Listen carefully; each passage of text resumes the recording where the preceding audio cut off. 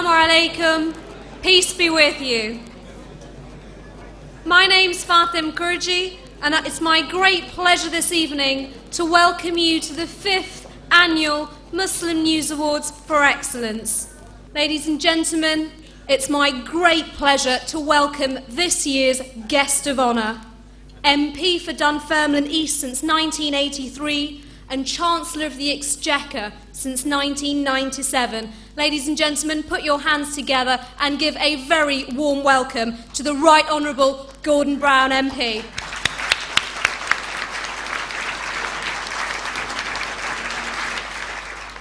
As is the Muslim tradition, ladies and gentlemen, we begin tonight's proceedings with a recitation from the Holy Quran.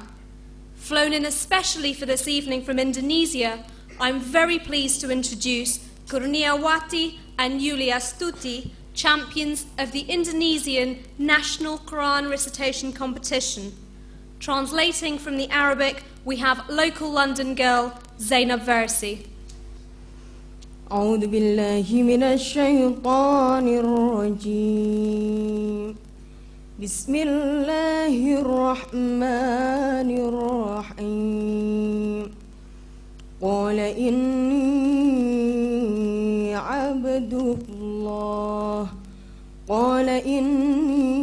عبد الله آتاني الكتاب وجعلني مباركا أينما كنت وأوصاني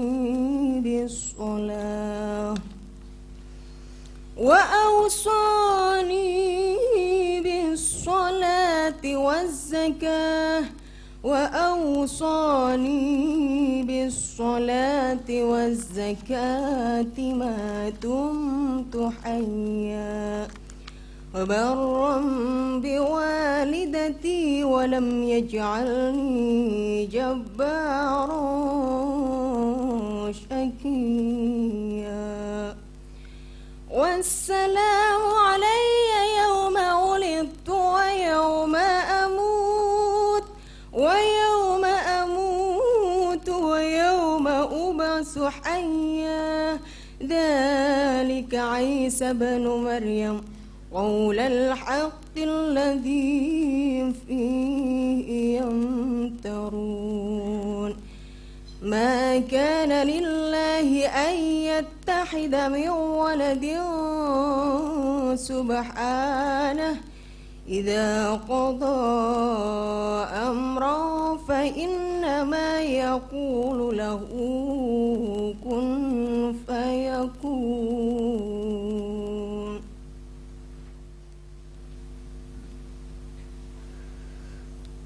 بسم الله الرحمن الرحيم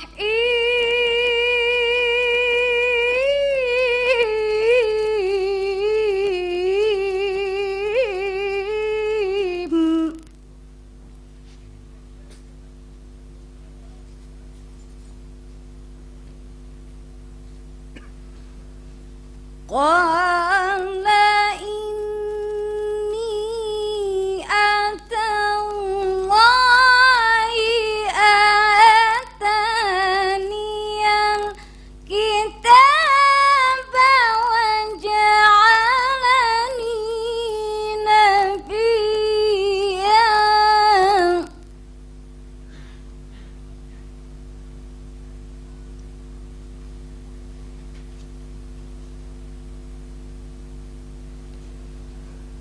وجعلني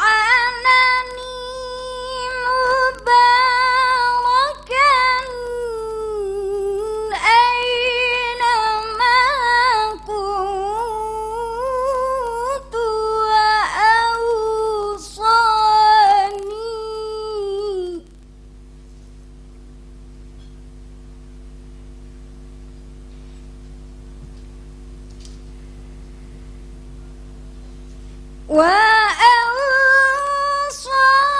وأوصاني بالصلاة والزكاة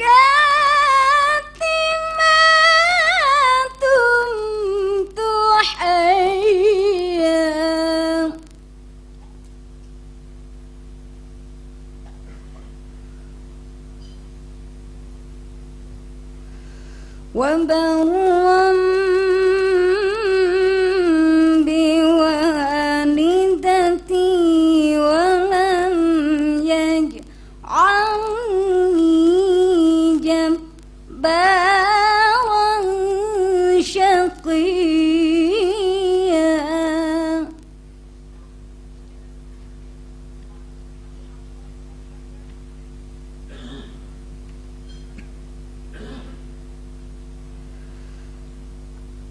والسلام علي يوم ولدت ويوم أموت ويوم أبعث حيا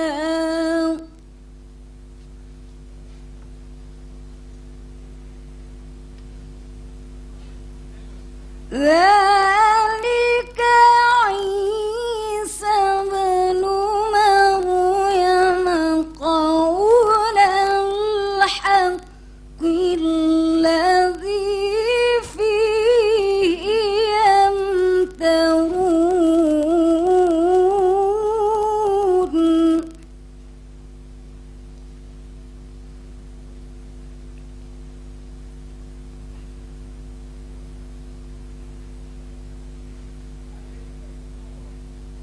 ما كان لله أن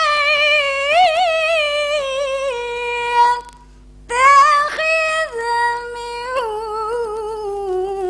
ولد سبحانه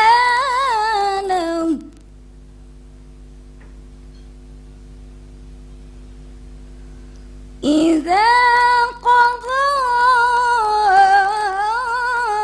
أمرا فإنما يقول له كن فيكون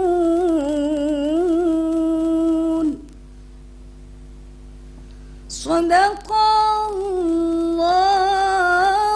العظيم.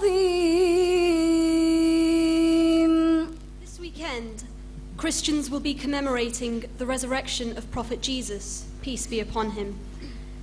The verses that we have just heard are from the chapter called Maryam, Mother of Jesus, describing some of his attributes.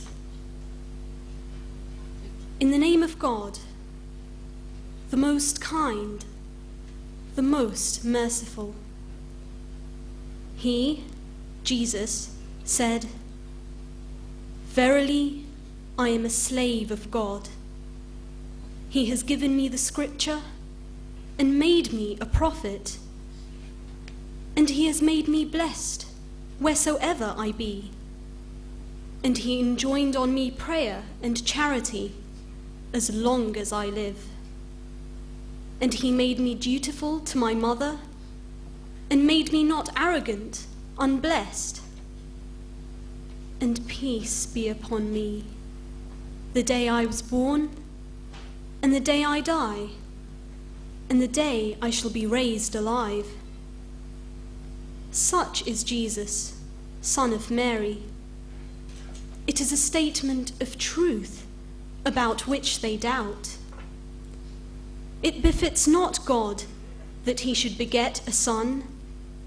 When he decrees a thing, he only says to it, "Be," and it is.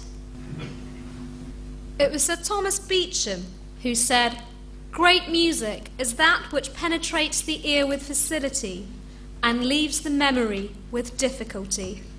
Magical music never leaves the memory." This evening, ladies and gentlemen, we have for you a magical music performance. An exotic fusion of Javanese gamelan and contemporary music, Kiai Kanjeng advocates democracy through music, and all within the Islamic framework. Led by Mohammed Ainun Najib, affectionately known as Chak Noon, which means brother, Kiai Kanjeng tours internationally, discussing social, political, and economic issues through their music, using the shalawat, the blessings of the Holy Prophet, and the wirid, the recitation of the Holy Quran, to spread the message. Ladies and gentlemen, please welcome Kiai Kanjeng. Assalamualaikum warahmatullahi wabarakatuh. If a stone is laying on the street and it is a danger to pass by, you pick it up and find someone to discuss. What can be done to make that stone useful? That is Islam. Islam is to keep the fertility of every corner of the land, to admire the mountain and the sea, or just watering plants, to swim on the water with gratitude to Allah, or to breathe the air with longing to Allah. Islam is when someone's starving, even if it is only a dog, you feel uneasy for being full yourself. So then you learn to be hungry yourself. Before you can feel deserved to be called brother by those who are hungry. Islam is when someone thirsty, even the one who is going to kill you, you feel his thirst and share your water with him. Islam is when you see someone marginalized and lonely, you come by and greet him. Islam is to love even those who hate you and to praise with wisdom the one who takes you to be his enemy. Islam is community at peace with nature, river and forest, water and land, mountain and sea, which they love like their own wives, nurturing its fertility with nothing but love. Islam is a government who take their people as a wife, to care for each other, to cooperate with a balanced power to each other. Islam is the strong party understand the importance of the weak party, and the weak party doesn't enjoy its weakness and dependence. Salam. Salam means peace. Islam means to find, to build, and to create peace. Islamic humanity means an understanding to humanize one another. Islamic culture is peace of mind and heart. Islamic economic means no one is malnourished and no one is overnourished. Islamic politics means a true and honest democracy. Islamic philosophy is a balance on human right and human obligation.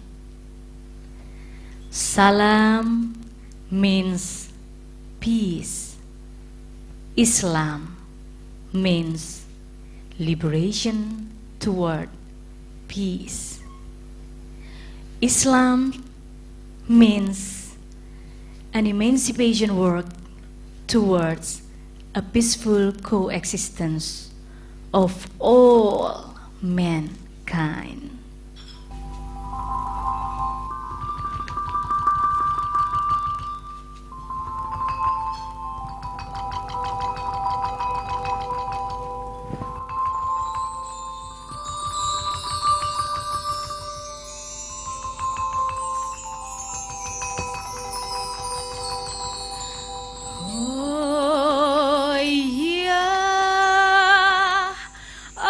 Allah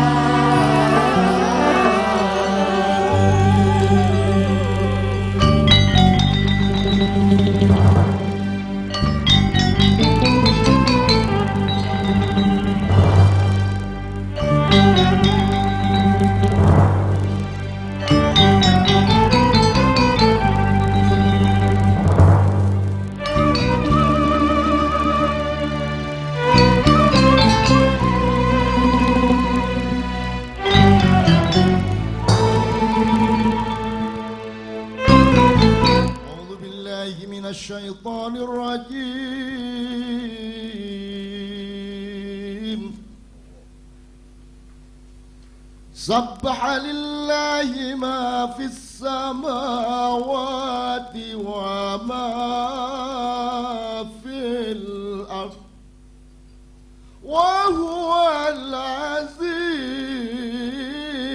الحكيم.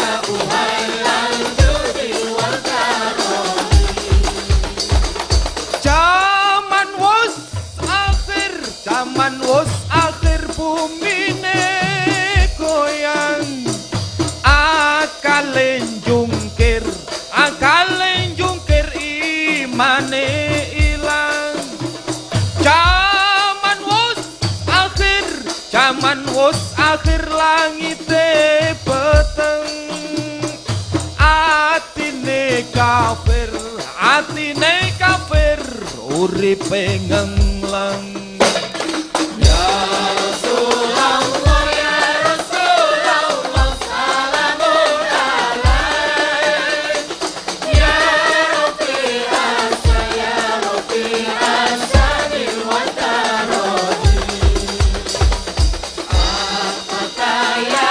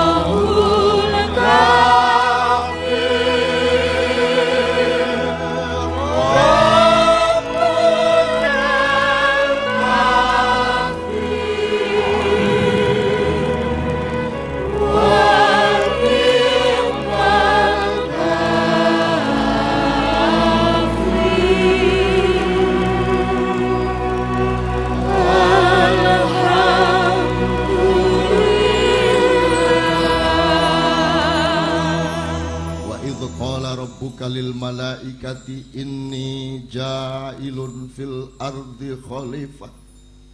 Qalu ataj'alu fiha may yufsidu fiha wa yasfiku dima.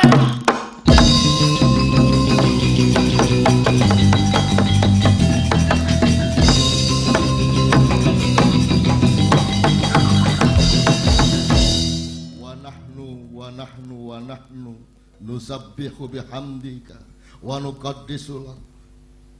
Qala inni a'lamu ma la ta'lamun.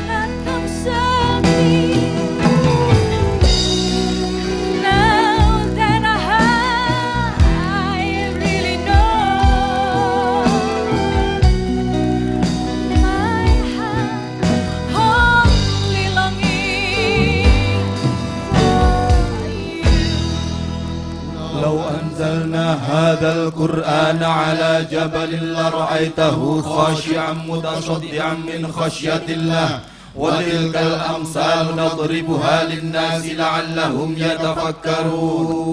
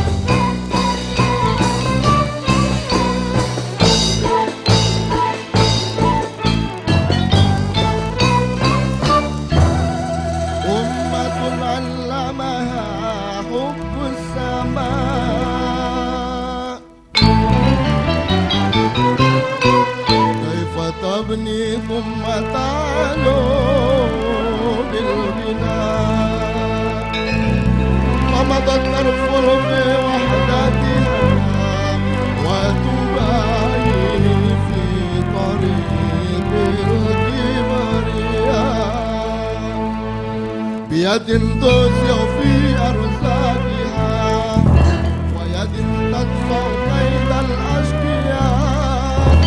بيد تسع في أرزاقها ويد تدفع كيد الأشقياء. سادت الأيام لما مرت أن بالإيمان يسمو الأقوياء. فإذا استشهد منكم بطل كان بالجنة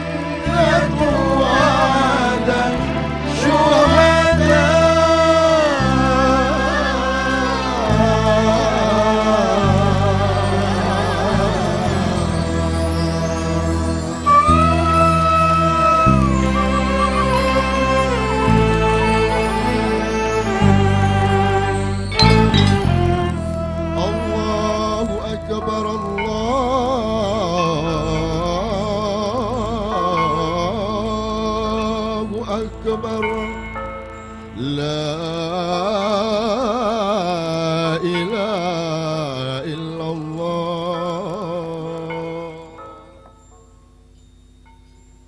Assalamualaikum warahmatullahi wabarakatuh.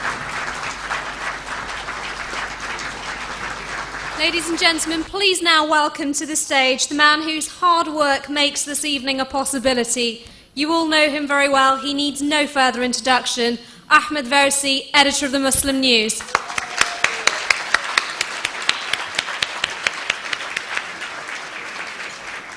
Chancellor of the Exchequer, Right Honourable Gordon Brown, Ministers and Shadow Ministers, my lords, ladies, ambassadors, guests, colleagues and friends, Assalamu alaikum, peace be upon you all.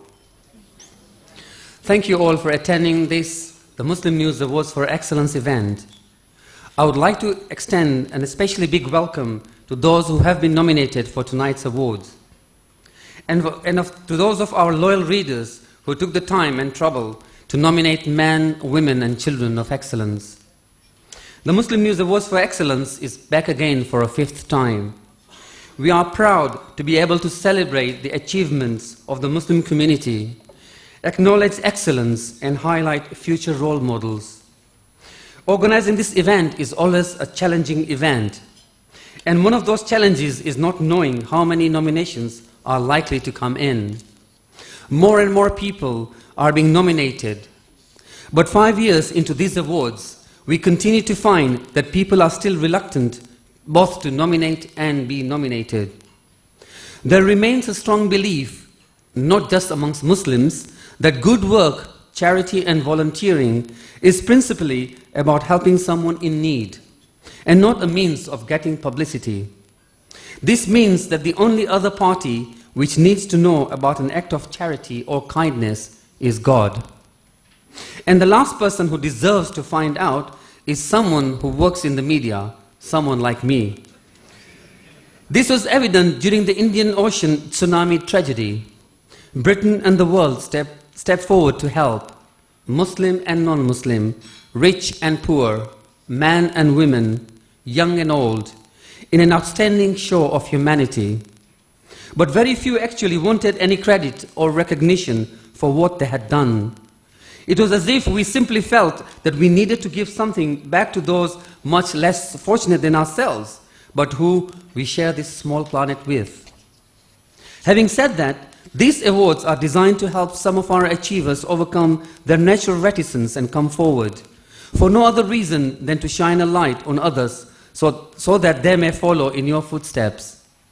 If we all prefer to keep our own company, where will the next Islamic Relief come from? The next Muslim Council of Britain, or the next Muslim Aid, or the next Citizen Organizing Foundation?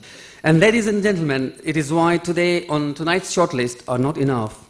You are all winners, but we need many, many more of you. Every year, a part of me hesitates when writing this speech, because I know for a fact that this will involve recalling some of the year's Muslim events, most of which spell the word bad news. This year, as in all previous ones, is not much different. The international climate for Muslims remains as bleak as ever. Iraq is still suffering under occupation. So are the Kashmiris, the Chechens, and not forgetting the Palestinians. Peace without justice is no peace at all. It must be made clear to the Israelis that they have to vacate all the lands occupied in 1967, including East Jerusalem, allow the refugees the right of return to their homelands, and dismantle all settlements in the occupied territories, including the West Bank, as they are illegal under Geneva Convention. We used military force against Saddam Hussein's Iraq when it illegally invaded Kuwait. Yet we are reluctant to do the same with Israel. I wonder why. And here at home, this has been another year of depressing statistics on poverty, unemployment, and education underachievement. If that were not enough, Muslims continue to feel besieged. We are besieged by an ever-increasing circle of anti-terror measures that seem to regard Muslims as a kind of template terrorist. Measures which are severely testing human rights, civil liberties, and the principle that I am innocent until proven guilty. Any one of us, especially if you are Muslim, can be arrested under the terror laws and be incarcerated indefinitely without even knowing what the charges are. We are besieged by contradictory election immigration rhetoric that says that the country is full, that borders need to be secured, and that Britishness is under threat. Unless, of course, the person queuing up at passport control happens to be wealthy, well qualified, and dare I say this, white. Let me make a plea here and now to all party representatives present. Please, please, do not fight this election on immigration and security issues. I promised I wouldn't be too negative, and I won't. We have now two Muslim members of parliament, though there should be at least 20. We have 5 Muslims in the House of Lords, 1 in the London Assembly and 1 in the European Parliament, but none in the Scottish Parliament and none in the Welsh Assembly. In the forthcoming elections, we may at least have 2 or 3 more Muslim members of Parliament, which may include 1 or 2 from the Conservatives. If this happens, this will be a significant achievement. Since 1997, 4 Muslim schools have been allocated government funding. Outlawing of religious discrimination in goods and services is passing through the Parliament. Also is incitement to religious hatred. But let me say this, that tonight's guest of honor is someone who understands the problems we face.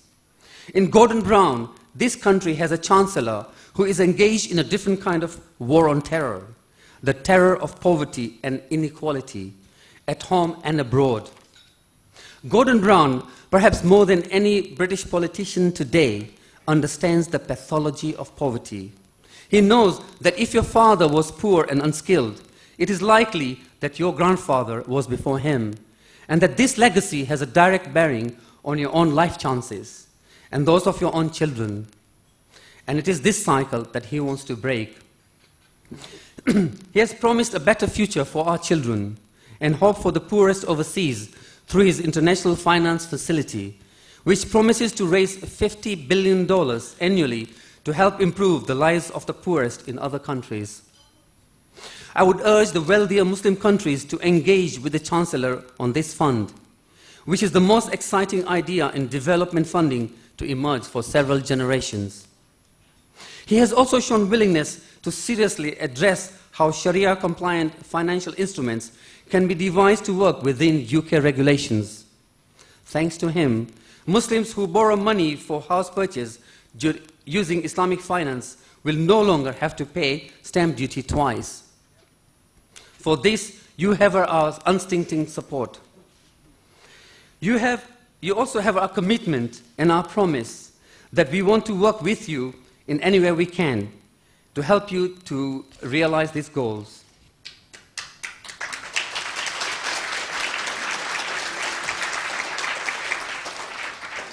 The Muslim News Awards are but a small contribution to giving a marginalized community a window to a different world. There are people in our midst tonight who have overcome hardship to excel in their chosen fields. You are a beacon to us all. My congratulations to all of those who will win tonight. You have an important role to play. My sincere commiserations to the many excellent nominations who couldn't make it. You are no less excellent and have an equally important function. Before I call upon the Chancellor onto the stage, I would like to thank Muhammad Najib, who we just heard, and his Kiai Kanjeng Gamelan Orchestra for flying in specially for this event from Indonesia. We are sorry that Faiza Hashimi, President of the International Islamic Women's Games, is unable to be with us tonight. She is one of our strongest supporters, and it is the first time that she has missed these awards. And now, I'd like to call upon the Right Honourable Gordon Brown to the stage. Assalamu alaikum. And let me also start by thanking Ahmed Versi and the Muslim News for inviting me to address you this evening. I'm delighted to have the opportunity to congratulate all those who have been nominated for the prestigious awards this evening, to thank Ahmed and the dedicated team of volunteers who were so kind to us as we came into the room this evening for making tonight's event possible, And let me add my personal thanks to the 22 from Indonesia this evening, Kiai, Kanjeng, for something that was as magical as we were promised and so inspirational that I am humbled to follow them this evening. I would like to congratulate the Muslim News on being the fastest growing Muslim paper in the United Kingdom, its readership growing by approximately 10% over the last year, and that is indeed impressive. And as the finance minister, I owe them a particular debt of gratitude. It's because businesses like yours can grow by 10% that I was able to meet my economic forecast that the economy would grow by 3%. Now, I'm delighted to be here to recognize and celebrate the huge, the invaluable, and the irreplaceable contribution of members of the Muslim community to Britain. Your contribution to the prosperity that we share, to the society and culture that we share together. Islam is Britain's second largest faith. Muslims are involved in every walk of British life, from politics, as we've just heard, academia, the law, the arts, the social services, to importantly also, great humanitarian aid work, and of course to business and finance. And I want in particular, as Chancellor, to thank you for the enormous contribution that the Muslim community makes to our economy. And I have learnt much from your entrepreneurial talent and your flair, and with business creation higher in the Muslim community than in many other sections of our society, you are playing a vital role in the next stage of Britain's economic development. And of course that contribution goes far beyond the economic realm. Islam teaches me, and it teaches all of us, that we're all part of one moral universe, that humanity is intertwined and interlinked, just like different parts of a human body. This is a universal moral principle that we can all learn from. And in that spirit tonight, I believe we're acknowledging and rewarding the width and depth of the care and compassion demonstrated by British Muslims right across our communities and country. In the book, The Power of Myth, Joseph Campbell, the writer, described a hero as someone who gives their life to something bigger than themselves. And I want to honor you, members of the Muslim community, as modern heroes, standing for the highest ideals, making great contributions to your communities, bearing burdens and bringing hope to all of us across our country. Now, of course, the relationship between Islam, Muslims and Britain is not a new one. It is well established over the centuries. I'm told, and one of my jobs is Master of the Mint as Chancellor of the Exchequer, that there is a coin in the British Museum that dates from the reign of King Offa of Mercia in the 8th century, which, because of what was believed to be the good trade relationships between our nation and the Muslim nations of the East, this coin bears both the mark of the British Isles and the Shahada, the Muslim declaration of faith. And of course, in more recent times, as we all know, the links have become really strong. Starting from rural areas of the Indian subcontinent in the 1950s, the largest migration of Muslims into this country began. And it was in areas like London's inner cities, the industrial towns of the Midlands, the textile towns of Lancashire, Yorkshire and Scotland, that the Muslim community demonstrated the entrepreneurial spirit and the important contribution to the country that we are proud of. And I think it was also in these great cities and areas and communities, whilst campaigning against poverty and for better access to educational opportunity for all, that many Muslims quickly developed a strong bond with other like-minded people that desired to see the same changes for social justice in our society. And what we share in common is the belief in fair play, in social justice, in the equality and potential, not just some, but of all the people. And it's because of these beliefs that all of us, I believe, are concerned about tackling the social problems that industrial and other communities share in common. Problems of unemployment and underemployment, of underachievement, and of frustrated potential. Indeed, these are the problems that many of us came into politics to tackle. I first stood for Parliament almost 30 years ago, And in my first election, I remember campaigning with my manifesto saying that this constituency needs a member of parliament of youth and fresh ideas. And in the coming election, I'll be reduced to saying in my manifesto, this constituency needs a member of parliament of maturity and experience. But I can tell you tonight that this government is determined to do what I think I also said in my first manifesto, to tackle unemployment, to raise educational achievement, to help develop the potential of all young Muslims in our country. And the New Deal, the minimum wage, the family tax credits that I believe are helping many families. In the budget last week, I announced we will set up new centres of vocational excellence and entrepreneurship to help young people from Muslim communities and from faith communities everywhere to fulfill their ambitions, to set up in business and to develop their potential to the full. And at a wider level, the government is also determined to help secure the future of all our children. And I heard this evening about the Sure Start centres and the children's centres that are providing vital services and new opportunities to thousands of children and families. And I know that in Tower Hamlets, for example, Muslim children and their parents are benefiting from the Sure Start creche that has been set up as part of the London Muslim Centre. And as you will be aware, I also introduced a new child trust fund so that for every child born since September 2002, we invest in the future of each and every one of them. Now, we do recognise the distinctive features that shape the Muslim community. And that's why, as has been mentioned this evening in the Treasury, we have sought to reform stamp duty to facilitate Islamic mortgages. We understand the needs of the Muslim community in this area, and we have learned from what you have taught us. Removing tax advantages for Islamic mortgages was the right thing to do for the Muslim community. It was also the right thing to do for our mortgage system as a whole.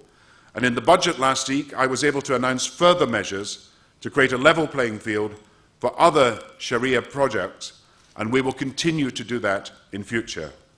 Now, all these measures are, I believe, about achieving the aims we share in common, and that is greater social justice in our communities.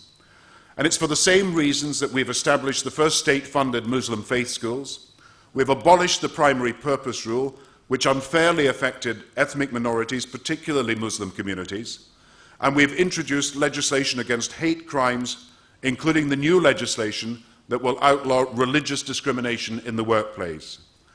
And it is in the last few years under this government that the first Muslim MPs have been elected and the first Muslim peers appointed, and I'm pleased that some of them are with us this evening to join this celebration. But we have still much to do.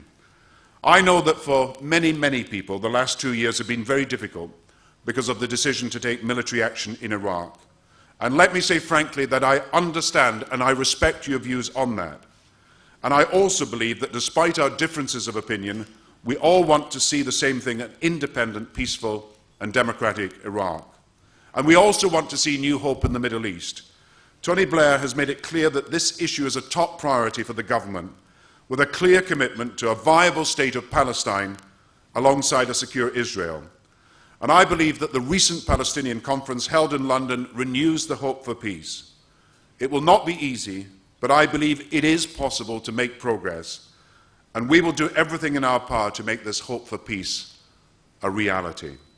And here at home, we are also determined to bring in the new law against incitement to religious hatred, giving British Muslims the same protection already afforded to other communities, and we want to make sure that religious discrimination is outlawed in the provision of goods and services too. All these policies are about fairness. It is about giving the Muslim community the same legal protection and the opportunities afforded to other communities. It is about equality and social justice, and it is right that it should be done. And all these steps are not about the government or you, the Muslim community, doing the expedient thing. It is about doing the right thing based on our shared values. And in the end, despite what many may think, we know that the partnership between the Labour government and the Muslim community is not a relationship of convenience. It is a relationship built on principle and common purpose. I think we share the same beliefs in the values of enterprise and fair play. But more than that, and I want to focus just on this in my remaining remarks, I believe we share the same principles about social equality and social justice, both within our country and right across the world. It's within that spirit that you've asked me, and I'm privileged this evening, to present the Ibn Khaldun Award for Excellence in promoting understanding between global cultures and faiths. Because nowhere do we see this understanding more clearly than in our common cause, and that is to tackle and eradicate global poverty. I know one of the fundamental teachings of Islam is that of sadaqah, charity and assistance to those in need. The essential Islamic belief that none of you is a true believer until you want for your brother what you want for yourself. That reflects a shared moral sense that has resonance, I believe, across the whole world. It's a morality that leads us to conclude that when some are poor, all of us are impoverished. When some are deprived, our whole society is diminished. When some are hurt, the whole society shares that suffering.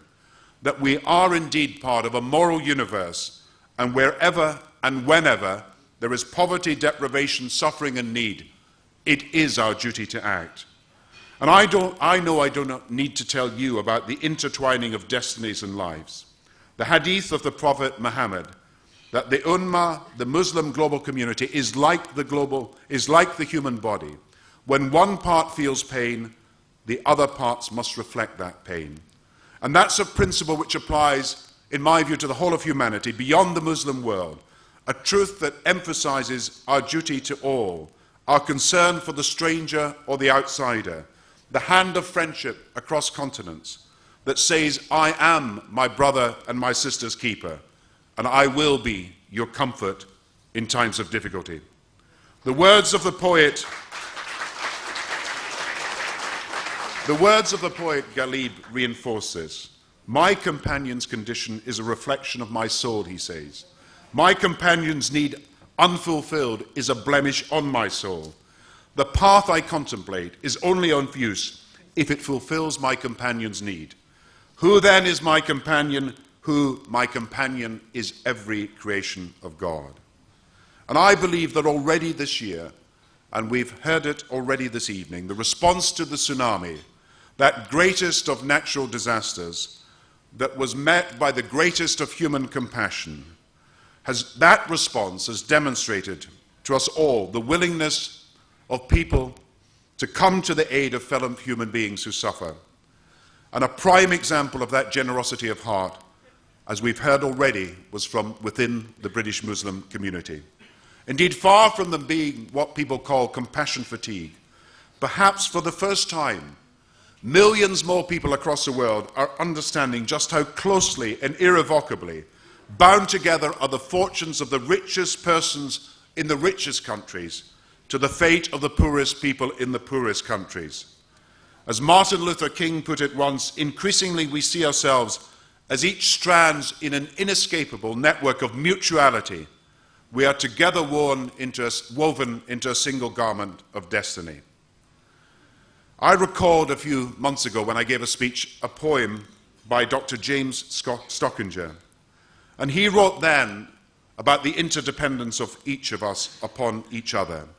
He said, it's the hands of others who grow the food we eat, who sew the clothes we wear, who build the houses we inhabit.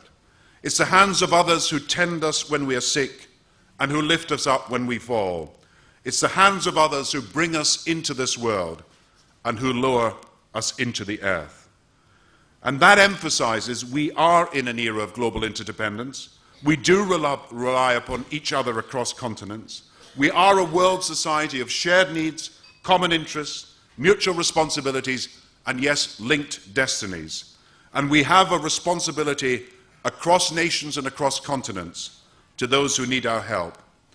And it's precisely because we believe in that moral sense that we have obligations to others beyond our front doors and our garden gates, responsibilities beyond the walls of our cities, duties to each other beyond our national borders, as part of one moral universe is precisely because we share a sense of what is just and what is fair, that we are angry at the injustice and inhumanity that blights the life of so many people across the world, that we are called to answer the hunger of the hungry, the needs of the needy, the suffering of the sick, whoever and wherever they are, that we see every death and suffering from hunger and disease as if it were death and suffering in our own family.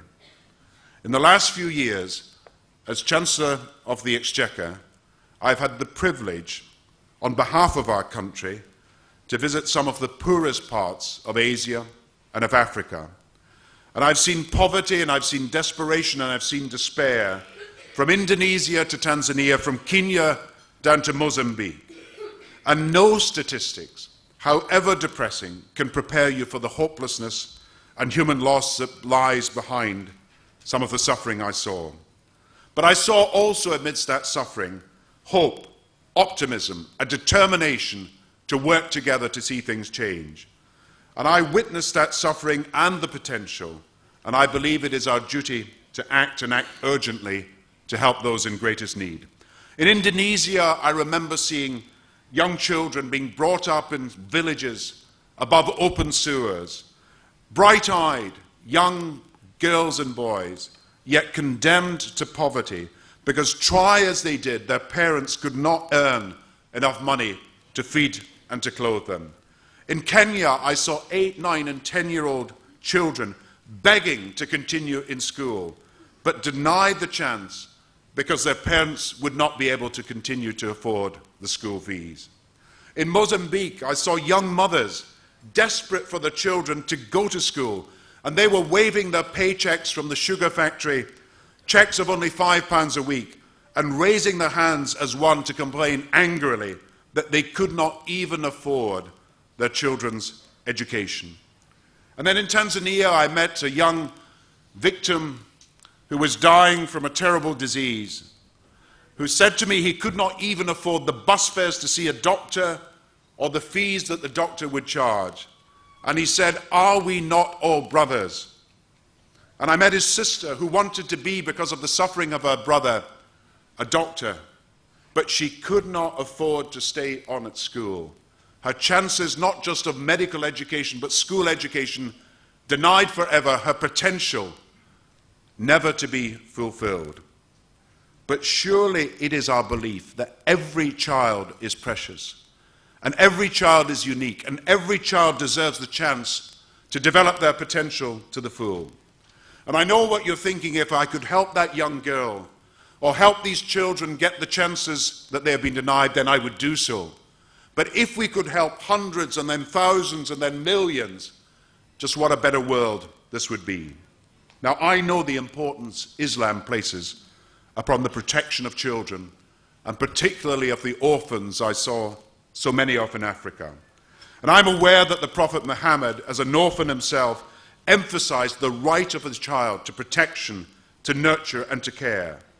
But I say to you that justice promised will always be justice denied unless we can fulfill our obligation in this generation to work to eradicate child poverty and poverty in every continent of the world. Exactly 6 years ago, in New York, in a historic declaration, every world leader and every international body and almost every single country signed up to a commitment to right the greatest wrongs of our time. They promised that by 2015, every child in the world would have the chance of schooling. The promise that by 2015, avoidable infant deaths could be and would be prevented. The promise that by 2015, at least poverty would be halved on the way to its eradication. And this commitment was a bond of trust, perhaps the greatest bond of trust pledged between rich and poor countries. But already so close to the start of that journey to 2015, we can see that our destination risks becoming out of reach and receding into the distance. Because at present, on present progress, in sub-Saharan Africa, just to give one example, primary education for every child will not be delivered in 2015. It will not even be delivered by 2130, 115 years too late. and the halving of poverty not by 2015, but at the earliest by 2150, 135 years too late. And that elimination of avoidable infant deaths so possible because of new technology available in medicine, not by 2015, but by 2165. So when people ask how long, the world must reply 150 years is too long for peoples to wait for justice. And it's too long to wait when infants are dying while the rest of the world has the medicines to heal them. And it's too long for people to wait when a promise that was made by the richest countries should be redeemed, and that bond of trust should be honored now in this decade. And when we know the scale of suffering that has to be addressed, the problem is not that the promises were wrong, or the pledges unrealistic, or the commitments unnecessary, because we know the scale of suffering. The problem is that we, the richest countries, have been too slow in developing the means to honor, fulfill, and deliver promises we freely made. Now, in the past, we could excuse ourselves by blaming our ignorance that we did not know what was happening. But we cannot use ignorance as an excuse now, because we can see on our television screens exactly what is happening in the ravaged faces of too many of the 30,000 children who die each day unnecessarily. And we can't blame our inaction on inadequate science, because we have the science to prevent unnecessary deaths. And we can't defend our inaction invoking a lack of medical cures, because we know that, for example, as many as half of all malaria deaths could be prevented if people had access to diagnoses and drugs that in some cases cost no more than 12 cents. That is why this year, in 2005, the year when we're president of the G7 and the European Union, we want to write off the historic debt that is owed by the poorest countries, to enable these countries to spend money on their health and their education. That's why we want to make advances in trade, so countries have the capacity to make wealth from the trade they do with other countries around the world. And that's why, as was mentioned a few minutes ago, we want an international financing facility to double aid to half poverty, so that developing countries, from Indonesia and Asia right across to Africa and Latin America, have the resources they need to eradicate poverty and provide health care for all. And when people ask whether we can make a difference, when they say our proposals are too difficult, when they say it is too expensive, we should reply in the words of the Sufi Rumi, conventional opinion is the ruin of our souls. For we may be powerless individuals if we work on our own. But if we work together, each and all of us, in this country and with the links we have right across the continents, we have the power to shape history for the good. Now, my father, who was my inspiration, used to tell me, we can all leave our mark for good or for ill. And he used to quote Martin Luther King, saying that everyone, from the poorest to the richest, can be great, because everyone can serve other people. And tonight's event is so important because it recognizes exactly that we're at our best when we work together to serve others, that this is the only way forward, serving each other for us as a country and for the international community. So our duty is to raise international understanding, to reach beyond ourselves and beyond our borders, to embrace each other, and in doing so to try to make the world a better place. Maybe we cannot make this a world completely without suffering, but we can reduce the numbers of children who are malnourished. We can give more children, millions more, the chance of education. We can together prevent thousands of children dying from preventable diseases. And it's because we feel, however distantly, the pain of others. It's because we do believe in something bigger than ourselves that there can be no greater opportunity to make a difference than there is now. In our time, in our generation, we must accept this challenge.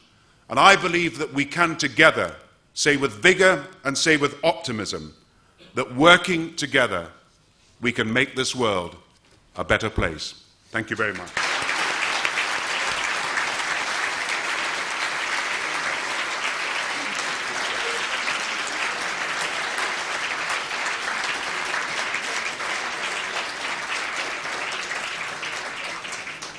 The first of our awards this evening, as mentioned by the Chancellor, is the Ibn Khaldun International Award for Excellence in Promoting Understanding Between Faiths and Cultures.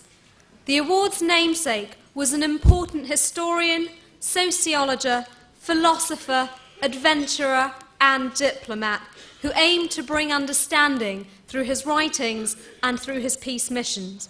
This award has been presented by the Foreign Office and will now be presented by the Chancellor of the Exchequer. The winner is Ebrahimsa Mohammed.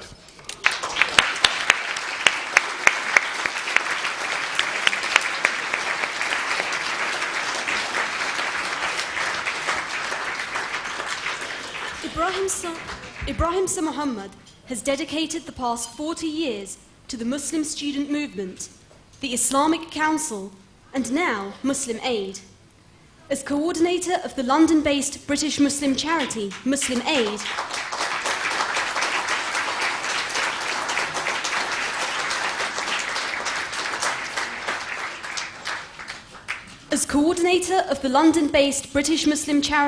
Muslim Aid, he heads a small team of highly professional staff and is responsible for the management and effective running of the organisation. He travelled to Iraq in 2003 to assess the devastation, enabling Muslim Aid to target their efforts accordingly. He has been involved in international relations for many years.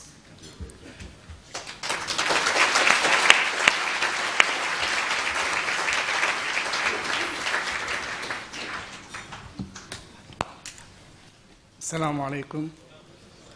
I'm indeed humbled by this honor. I didn't expect this. I was asked to come, so I came.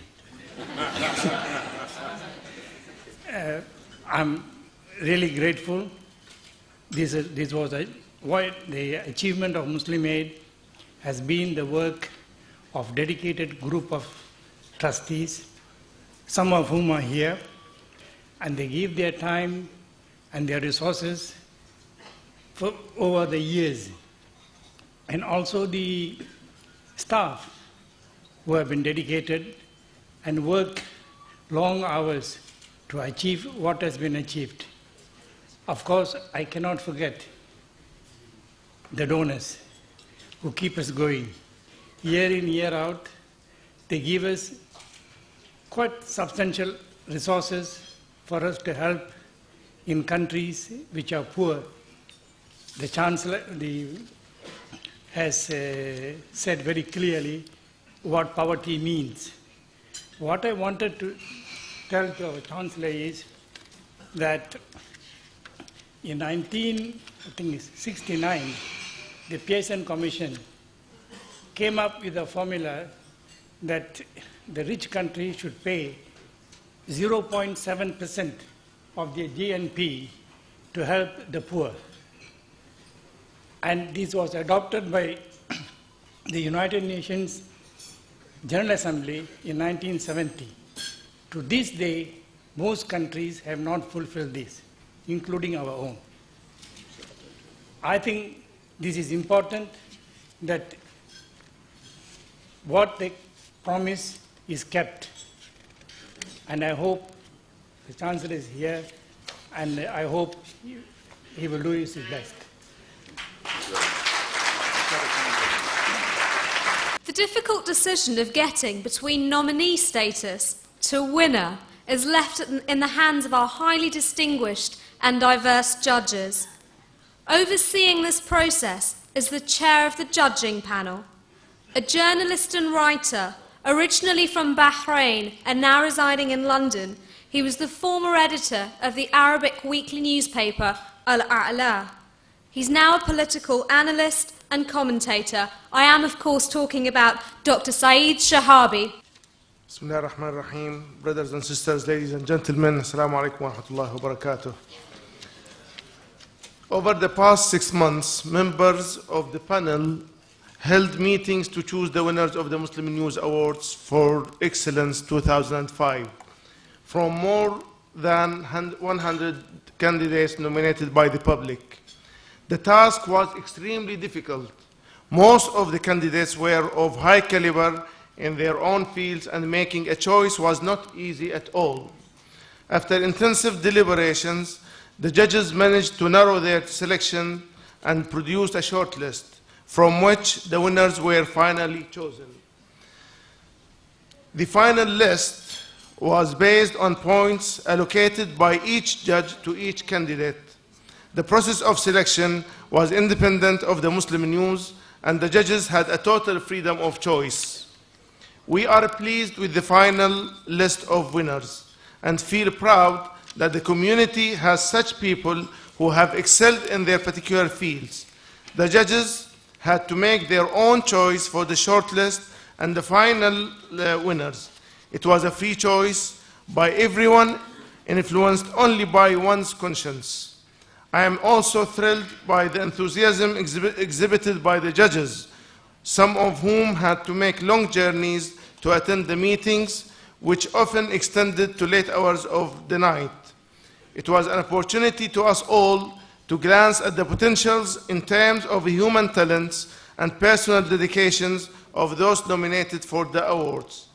I like to take this opportunity to express my thanks to my colleagues on the panel, Amina Ann Coxon, Caroline Dial, Husna Ahmed, Abdul Karim Khalil, Ayyub Rashid Mbego, and Razia Wahid. May I also thank those involved in the process, especially Brother Ihsan Masood, Sister Shaheen Muhammad, and Tabassum Jafri for their energetic preparations and follow-up. The judges would also like to thank Mr. Ahmed Versi for his efforts as the editor of Muslim News and the other members of the editorial board. Thank you very much. Good citizenship, ladies and gentlemen, is essential in any society. The next award recognises those who, like Alija Izetbegovic, Bosnia-Herzegovina's former president, have a resolve and a conviction to make a difference. This award for good citizenship has been sponsored by Metropolitan Home Ownership and is presented this evening by the chairman of one of the country's leading charitable housing associations, the Metropolitan Housing Trust. Please welcome Museji Takolia.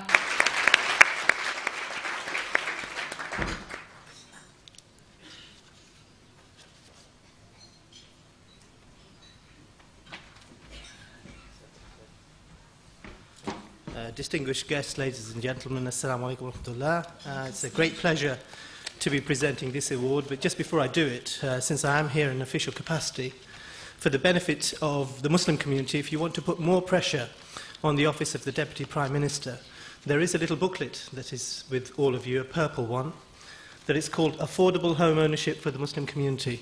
If you complete that, we'll have some idea about the level of interest there is, and we'll certainly do our best to ensure that there is appropriate financing for affordable home ownership in this country. Now, the winner of this award is somebody I've admired for a long time for his dedicated work in education.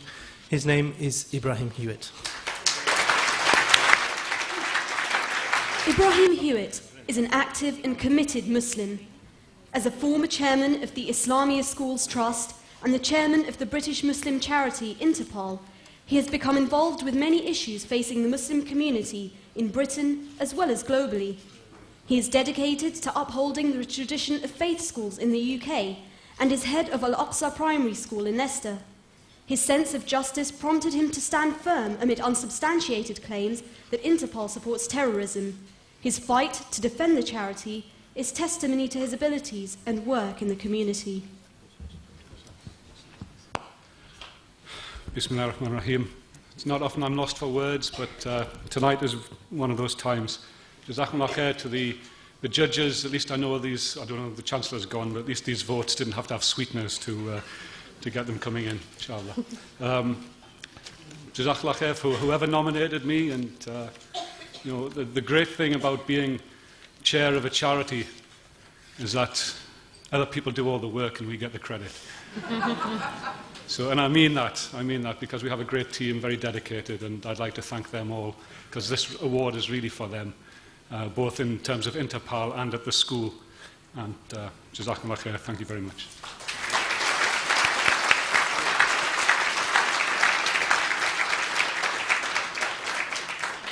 Uthman Danfodio has been hailed as Western Africa's most influential Islamic scholar. Establishing the Sokoto Caliphate, his mission was education, and he crusaded against illiteracy, particularly among women. The award in his name, sponsored by the Home Office, is for excellence in community development and will be presented tonight by the Parliamentary Under-Secretary of State for the Home Office, Fiona McTaggart MP.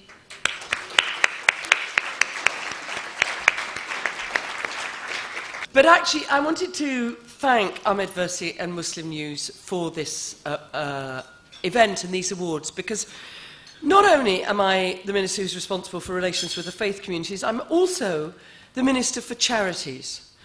And actually, I think it's quite right that the first two awards have been given to people involved in charities, because we need to celebrate the generosity of the Muslim community, and I think that it's great that Muslim News has given us this opportunity to do so. So sorry about that name thing. You know, the first time I came to these awards 2 years ago, I was wearing a headscarf. And I was doing that because I had cancer and I had no hair. And so I covered up my head. And I think some of the people in the audience thought that I was acting in solidarity with women who were wearing the hijab. I wasn't. You know, my hair's now grown back. But actually, having to wear a covering over my head, which sometimes did make people think that I was wearing a hijab, gave me a little experience of the consequences of Islamophobia in the day-to-day lives of many women in this country.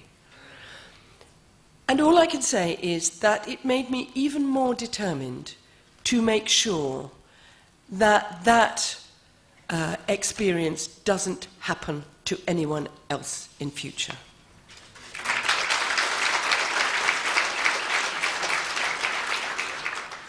And I'm very pleased that this award, named in honour of a Muslim African scholar, one of whose major contributions was to say that women in Islam are in the centre of Islam and have the same rights to education as men in Islam. I'm very glad that the winner of this award is Southwark Muslim Women's Association. It's very fitting.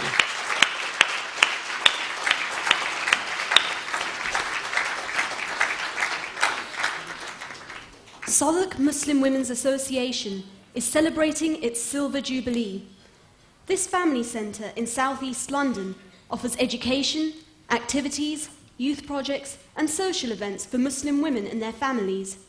Many women appreciate the friendly atmosphere at SMWA, and the creche facilities ensure they are free to enjoy health and fitness classes, dressmaking, language lessons and much more. An annual iftari, breaking of the fast, and Eid Mela at the SMWA provides an opportunity to fundraise for worthy causes.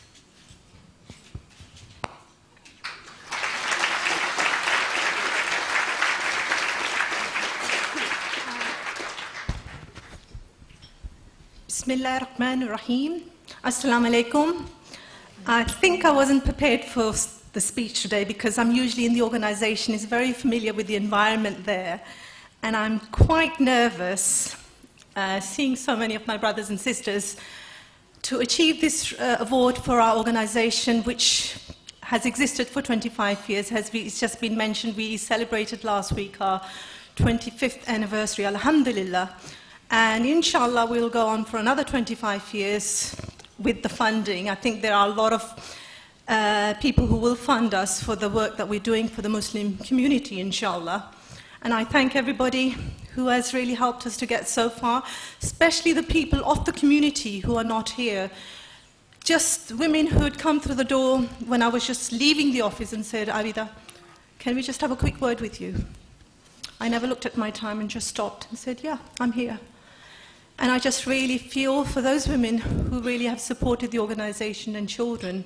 Alhamdulillah, thank you very much. And also I'd like to thank my mum, who's not here, but the woman I am today, as we also celebrated the International Women's Event Day on the 5th of March, the organisation celebrated this event on the 9th, and it also related to hate crime, which was mentioned in the speech earlier on.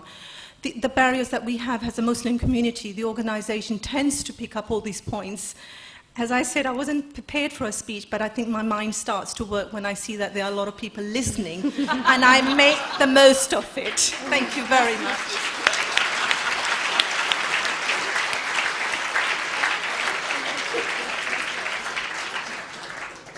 Our next award allows us to travel back in time to 8th century and to reminisce over the beauty of Muslim Andalusia.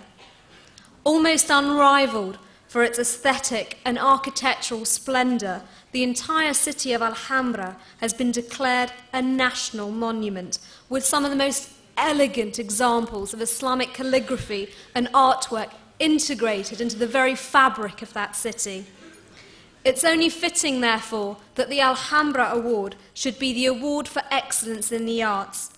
Sponsored by the Islamic Bank of Britain, this award will be presented by its Managing Director, Michael Hanlon.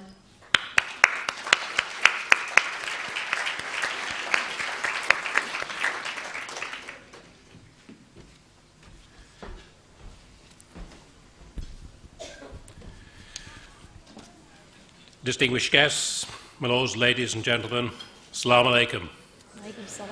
The Islamic Bank of Britain is very proud to be associated with the Muslim News Awards for Excellence.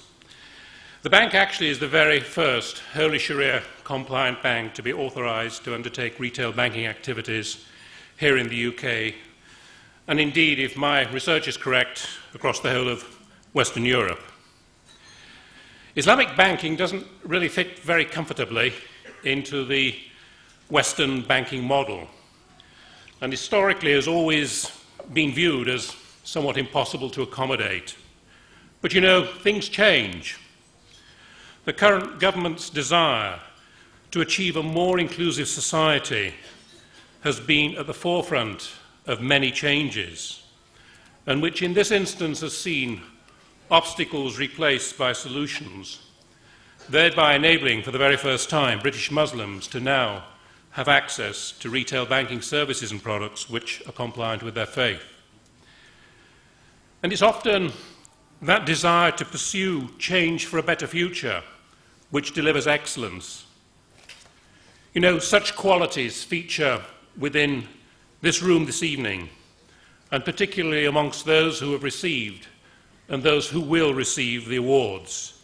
So I'm really delighted to be able to make this presentation for the Alhambra Award for Excellence in the Arts, and which goes to the winner, Qasim Abid.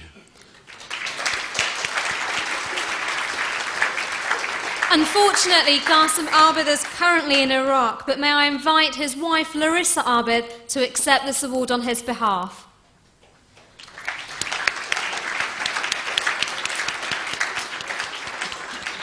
Qasim Abid is a pioneering Iraqi-born film director whose work explores the complex and painful themes of exile.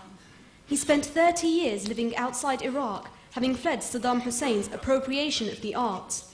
In 1990, his documentary film, Amid the Alien Corn, was screened on Channel 4 to great reviews. Iraqi Women, Voices from Exile, was screened on Channel 4 in 1993, and his powerful documentary on the life and work of assassinated Palestinian artist Naji al-Ali brought him critical acclaim. Qasim, who lives in northwest London, works on Arab and Palestinian television and runs filming courses in Britain and Jerusalem, and more recently, in Baghdad.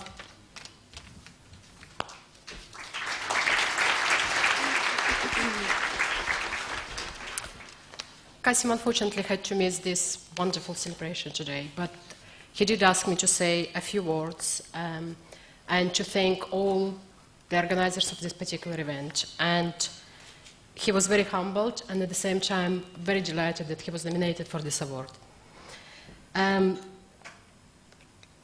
He basically did ask me to say that he thinks that a lot of credit for this high award should go to the students of the Independent Film and TV College in Baghdad. This is where he is working at the moment.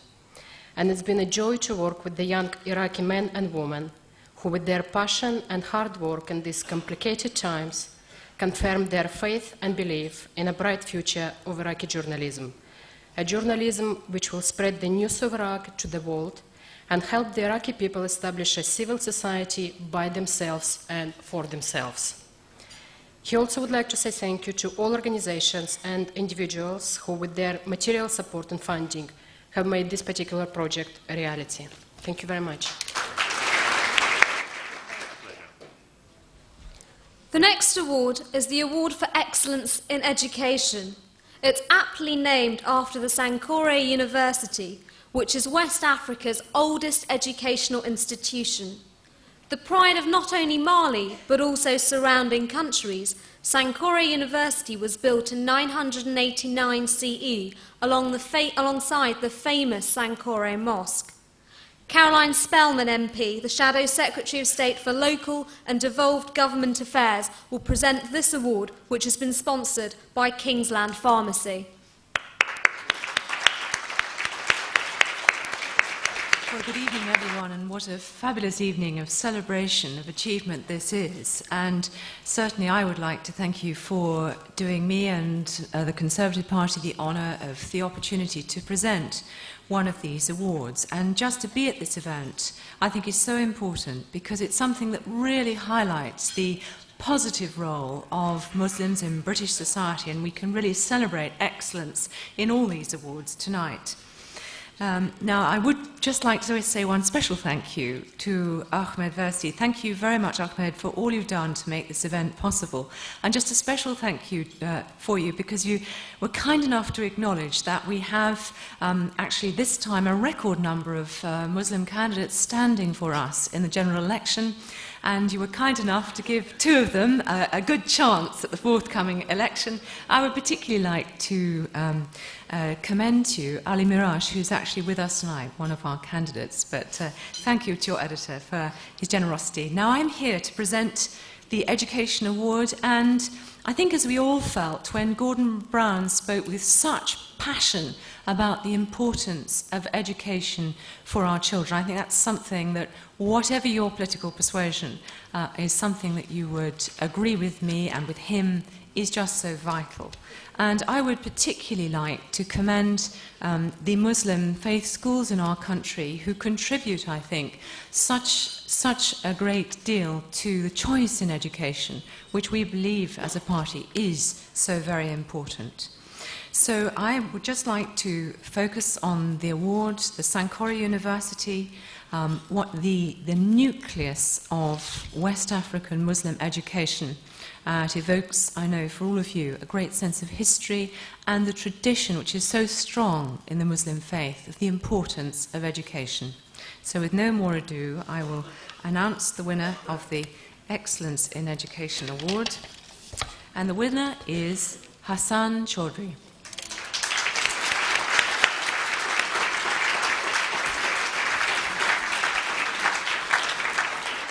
Hassan Chowdhury has been head teacher of Edinburgh Primary School in Waltham Forest, East London, since January 2000. By 2002, the school had developed from being identified as having serious weaknesses to entering the top 10 of the most improved primary schools in the UK. Hassan completed a PGCE at the Institute of Education in 1990, having qualified as an accountant 3 years previously. He recently carried out research with the National College for School Leadership regarding issues of teaching in London and has been featured in the Times educational supplement. Assalamu alaikum. Wow. Didn't expect to say anything because it's our holidays now, so I didn't expect to say anything. Just to say what a privilege it is to accept this award on behalf of the school, because we have worked tremendously hard over the past 5 years. We started from a slow base, and now we're accepted as one of the improving schools in the country. So I'd like to thank the people who've worked with me, the colleagues, my family, who bore the brunt of my late nights and my forever working at school during the weekends. But one of the people I'd like to thank is the group of children who've inspired me to work in this way. And I'm sure you will see them in 10, 15 years' time, being the future generation of Muslim leaders. So thank you, and inshallah we'll get better. Thank you very much. The next award, ladies and gentlemen, Ibn Sina, a Persian physician and philosopher, born near Bukhara. By the time he was 10 years old, he'd learnt the Quran as well as Arabic grammar and literature. By the tender age of 16, he'd mastered not only natural science and rudimentary metaphysics, but also medical theory. Not satisfied with that, he went on to practice medicine. In his famous 5-volume The Canon of Medicine, Ibn Sina provided the then definitive analysis of medical knowledge. This award for health in his name is sponsored by Pharmacau 2000, a cooperative venture which supports independent pharmacies. Please welcome Murtaza Ghulam Hussain, Director of Pharmacau 2000, to present this award. Bismillahir Rahmanir Rahim. In the name of God, the most gracious, the most merciful. What I'm about to say has been made easier by what Ahmed Versi said and the Chancellor, because today is a very important milestone for our company Pharmacau 2000, which is sponsoring this year's Healthcare Award. Those of you who are here in the preceding year will remember Pharmacau was shortlisted and then awarded the accolade for the Best Enterprise Award last year. We have since built on that success, and our partnership model with profit sharing is something we hope we can share with the community, for we believe it can be replicated in many countries and industries. In fact, our belief and our motto is that by the strength of our common endeavor, we achieve more than we achieve alone.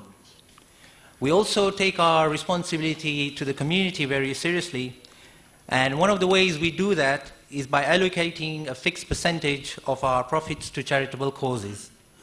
In the last year, we have given to diverse projects such as sponsoring orphans in Iraq, the tsunami relief, school building in Tanzania, and appropriately today is also Water Day, World Water Day, and we also help well digging in Africa. I understand there are 1 billion people who cannot access clean water. We also support fair trade, which promotes better prices for farmers. And nowadays we are being inundated with students, overseas students, who are finding it increasingly difficulty in making ends meet. And to help them, we aim to establish a foundation fund for which I hope you will support us.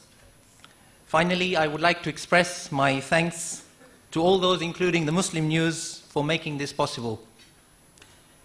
As to the award itself, just like education, healthcare is an important facet of the economy and society, and its excellence has to be applauded. To the winner, I congratulate you, for I know how fulfilling this can be, having been on this stage last year. To the runners-up, equal congratulations, for your quality and excellence has also been recognized here. And the winner for the Ibn Sina Award for Healthcare is Alimuddin Zumla.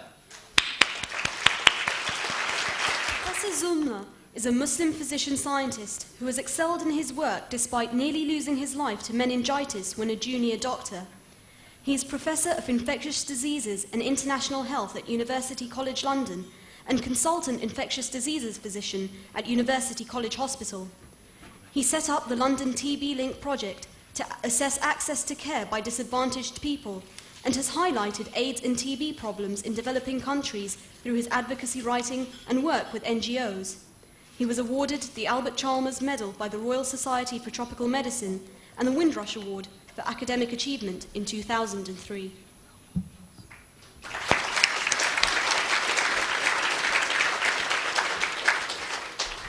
Assalamu alaikum and good evening.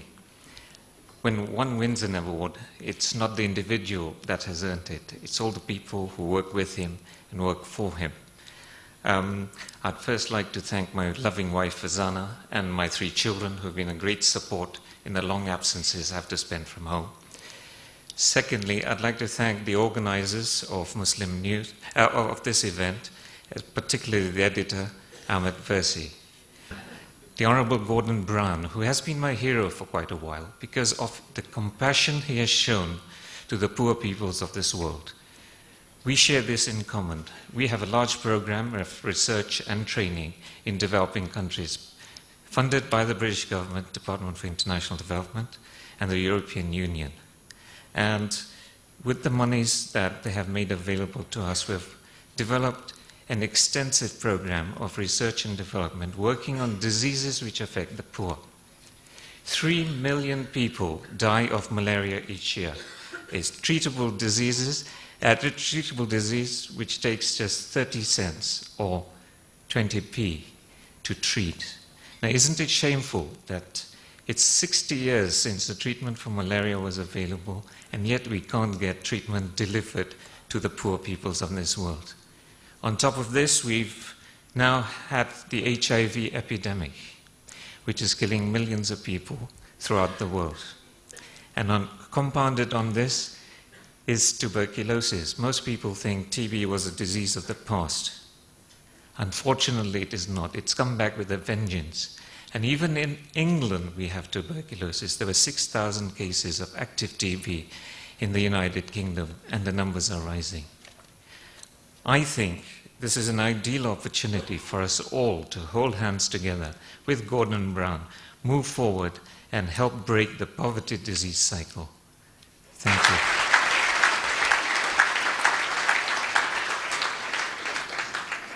The next award is the Ibn Battuta Award for Excellence in the Media. Named after Muhammad ibn Abdullah Battuta, a widely travelled and widely regarded explorer whose tales of adventure and mystery are collected in the Rihla, this award celebrates the advantages of communication and empathy. And to present this award, ladies and gentlemen, please give a very warm welcome to Leader of the Liberal Democrats, the Right Honourable Charles Kennedy MP.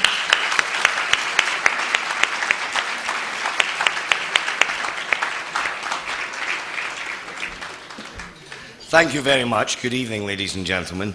I would just like to very much pay attention to the strictures to be brief here, but thank you to the organisers for the invitation this evening and the opportunity to present this very important media award. Whether it is the reporting of natural disasters of recent times, or indeed of man-made disasters like war, the responsibility upon the media is absolutely fundamental. The communication of accurate information which informs and educates people as to what is taking place in the world round about them. And politicians, it seems to me, particularly when general elections are just round the corner, share a responsibility with the media as well, because great debates take place and communicate to millions of people through the prism of the media. And just as we want responsible journalism, we want responsible politicians as well.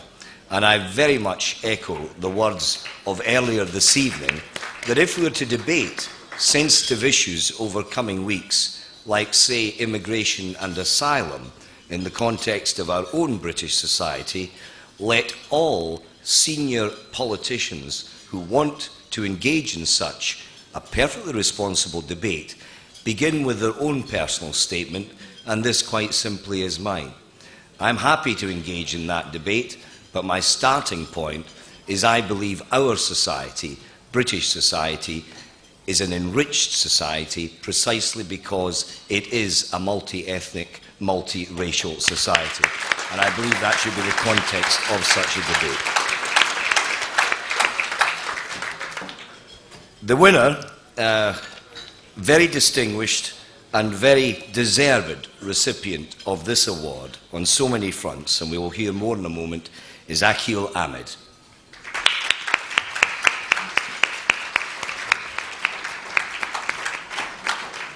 Akhil Ahmed was responsible for some of the most positive BBC programming during his time there, and continues to be influential as commissioning editor of religious programmes at Channel 4.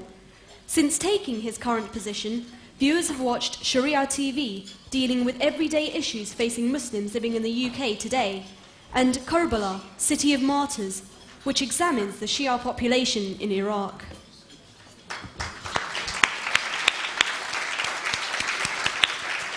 I don't expect to win prizes because this is actually the first ever award I've ever won. I've collected prizes on behalf of projects, but to actually win one has come as a bit of a shock. So I'd like to thank Ahmed for that, for actually getting a first on me, for actually making me win an award. I think possibly the first award I've ever picked up since I won the Under 11s Bolton football competition. And if only I'd been a professional footballer, it'd be a bit more interesting. I'm really glad that Charles is here as well to give me the award. And I just want to thank everybody here who's obviously enjoying themselves and wanting to eat their dinner. And also just to say, we're very proud at Channel 4 for the projects that we do on Islam and on religions in general. And to let you know that Sharia TV starts on the 4th of April. And later in the year, we'll be doing some programs dedicated to Islam, in which we'll be doing the first ever film on the life of the Prophet. So hopefully, inshallah, this October we'll have a groundbreaking film that will tell the rest of the country about the message of this great man and our religion. Thank you very much.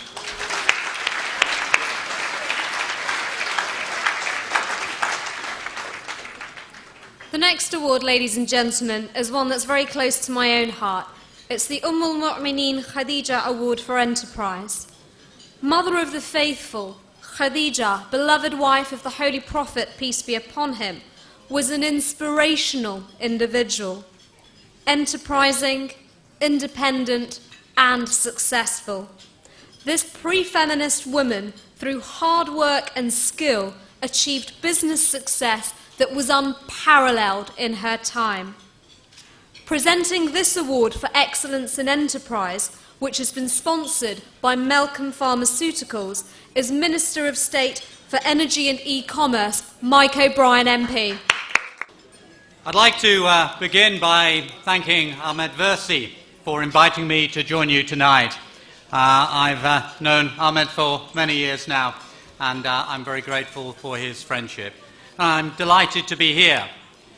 The award I'm presenting tonight, the al-Mu'mineen Khadija Award for Excellence in Enterprise, is an important one. And if I may say so, there could be no more appropriate person to name the award after. I'm aware of the formidable reputation of Khadija as the first person to accept the faith of Islam. The very fact that she is al-Mu'mineen, mother of the believers, is a great tribute to her spirit and to her history and importance. I realise that as an independent, wealthy businesswoman, of course she chose her own husband, and it was the Prophet Muhammad, and ran her own trading company. She represented the very spirit of enterprise. She would have been an amazing and an accomplished woman in any age. But what made her even more remarkable was that she did not let the tribal, male-dominated strictures and structures of 6th century Saudi Arabia hold her back. I am also aware that she was a great advocate of social justice and equality, and of course has been one of the guiding, objectives of Islam.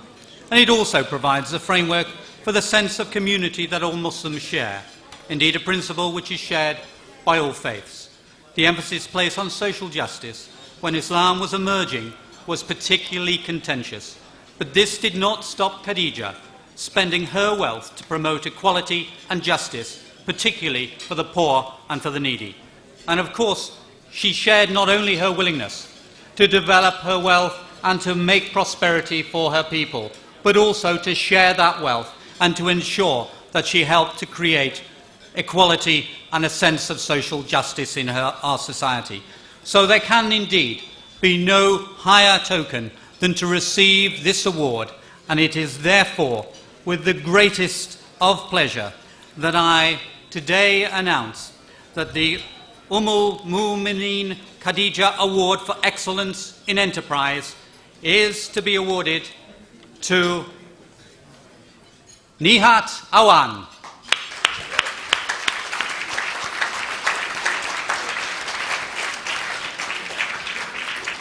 Manchester-born Nihat Awan took charge of her own garment factory at the age of 18. and through successful businesses in clothing and floristry, now heads the international Sherry Khan empire of restaurants and curry products. She won the Outstanding Contribution Award at the 2004 Manchester Food and Drink Awards and received an OBE for her commitment to corporate and social responsibility and fundraising for Cancer BACUP.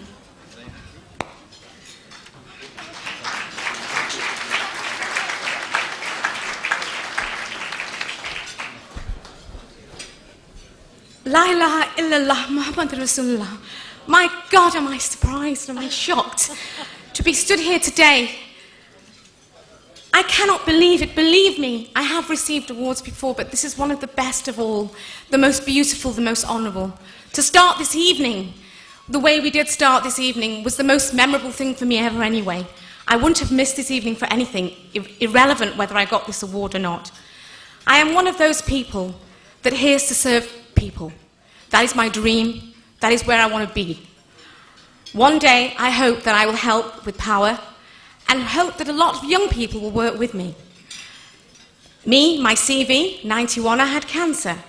92, I had irreversible paralysis. Where did I walk? Where did I stand up? Where did I say, Ya Allah? My little 5-year-old son said, Mummy, if you don't walk here, I will never come here again to God's home. How do you think I felt? I just put my hands on the chair and I said, Ya Allah, give me the strength. That's where I stood up, and today I'm running.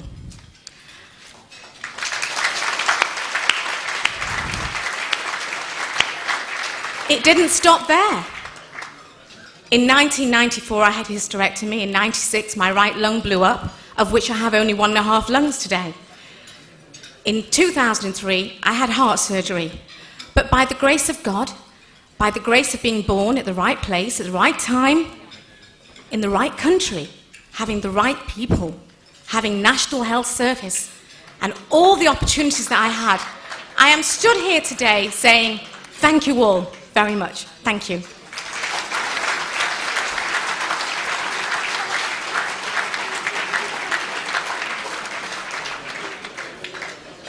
Ladies and gentlemen, I know you've got your food. I'm looking on with envy. But please, please, can we keep your attention focused to the awards and the winners this evening? Please, can you keep your conversation to a bare minimum?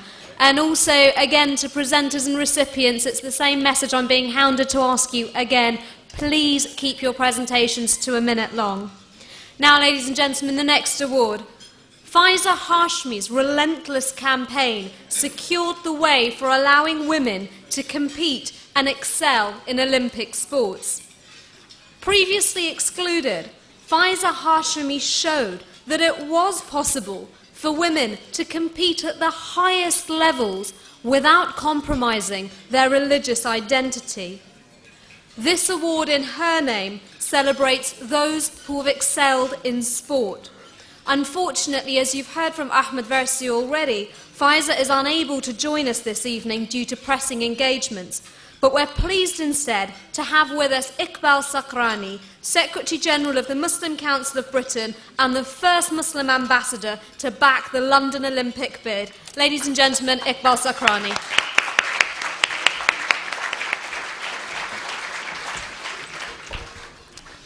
Bismillahirrahmanirrahim. In the name of Allah, the most kind, most merciful. Distinguished guests, friends, Assalamu alaikum. It is always a pleasure attending the Muslim News Awards ceremony. Well, it has been 16 years since the Muslim News was first launched as the first free monthly newspaper. It doesn't seem to be too long when I look into back the time of the satanic verses when Ahmad was running around getting the very first interviews of individuals protesting against the movement at that time.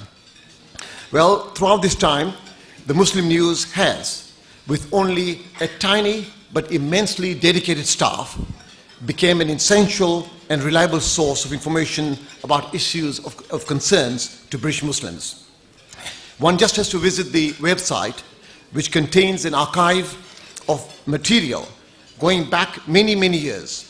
And it's, I believe, is a very veritable and a treasure trove for anyone with an interest in the recent history of British Muslims. I know I'm present here to award the Excellence in Sports Award. But first, I wanted to pay a tribute to our hosts, and I'm sure you will join me to our friends in the Muslim news.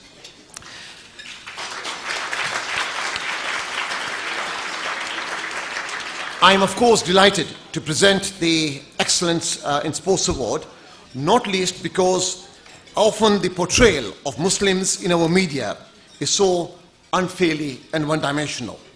The impression, too, often left with many British readers and viewers is that Muslims have nothing to offer the West except violence and destruction. At the Muslim Council of Britain, we have worked steadily, despite an always uphill climb, to try and improve the coverage of Islam in our print and broadcast media. And we regularly meet with editors and senior journalists to discuss our concerns. Having a good role model in the area of sports will undoubtedly help in this important task all the time. But may I also, since the word election has been mentioned, the Muslim Council of Britain very shortly will be producing the voters card, or a pledge card, as we are trying to finally decide what name to give to, which will be identifying the top 10 issues that we believe the Muslim community needs to be aware of, which will be questioned to the candidates and the parties as to where they actually stand on. We are also preparing a document, Electing to Listen, which will be widely distributed and will be on the website, highlighting the key issues and concerns of the community. Before I announce the winner, let me also take the opportunity to show the appreciation to the sponsor of the award, Faiza Hashmi, who couldn't be with us today. She's indeed, as we've heard earlier on, quite a brave and one of the first ladies in Iran to have gone through the reform movement. And therefore, it's particularly my pleasure to present the award to the sports personality, if I could call it the sports personality of the year, as far as the Muslim News Award is concerned. And the winner is no other than Danny Williams.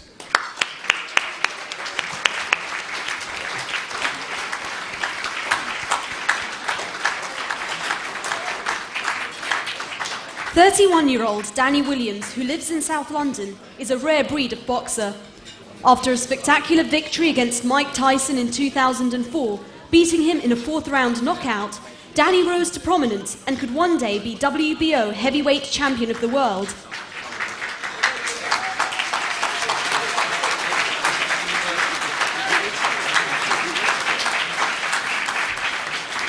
Assalamu alaikum.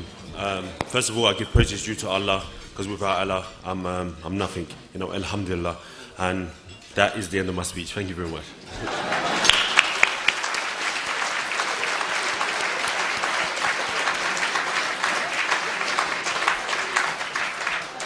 That's the kind of speech I like and the kind of speech I'm going to encourage the rest of you to make.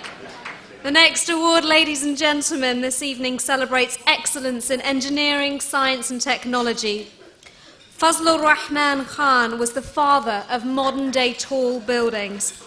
His most notable construction was the 110-story tall Sears Tower, which in its time was a revolutionary new concept in design which took us into the skyscraper era.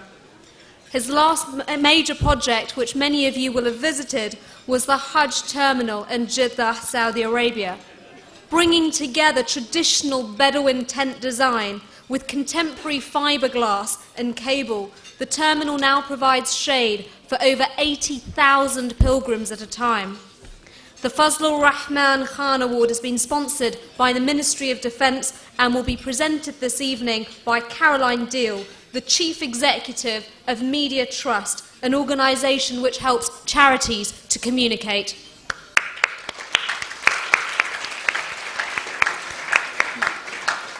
Good evening, salam alaikum. I will try, as my organisation teaches us, to be brief.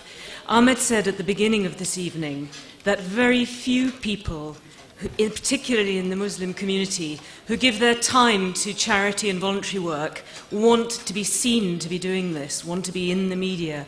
At the Media Trust, we want to change this, and it is very pertinent for us to be presenting this award, which is in honor of a man who built skyscrapers, Fazlur Rahman Khan, because we want those of you in this room and in the Muslim community who give their time to charity and to voluntary organization to be like skyscrapers, to be visible, to stand out in the community, to be beacons. This is the year of the volunteer. Please, all of you, do engage with the media, come through the Media Trust if you want to, be seen, be visible. Now, it is my great pleasure and delight to announce to you the Fazlur Rahman Khan Award for Excellence in Engineering, Science and Technology, which goes to Professor Tariq Salim Durrani.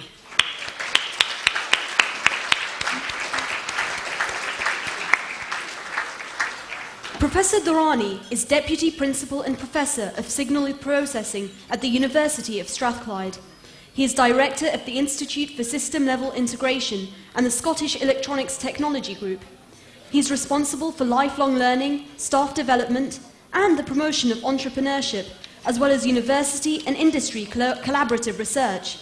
He is also a Fellow of the Royal Academy of Engineering, the IEE, and the Royal Society of Edinburgh.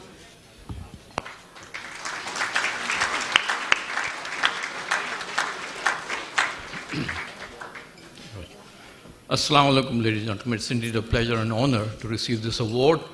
I'm delighted, both in terms of being totally surprised and being unexpectedly honored in this manner.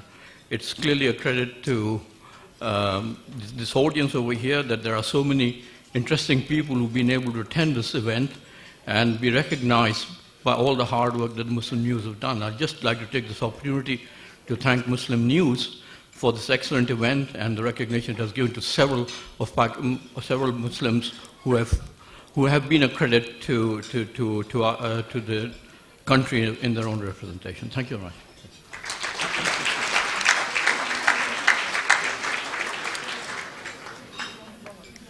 Anne-Marie Schimmel, a brilliant academic and very influential German scholar, wrote extensively about Islam.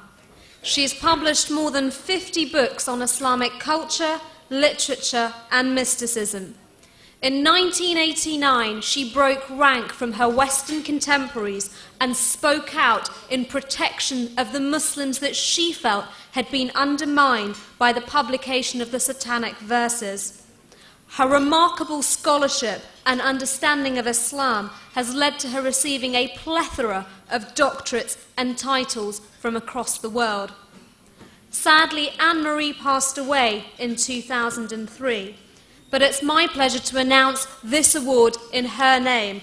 The Anne-Marie Schimmel Award goes to Vanessa Redgrave.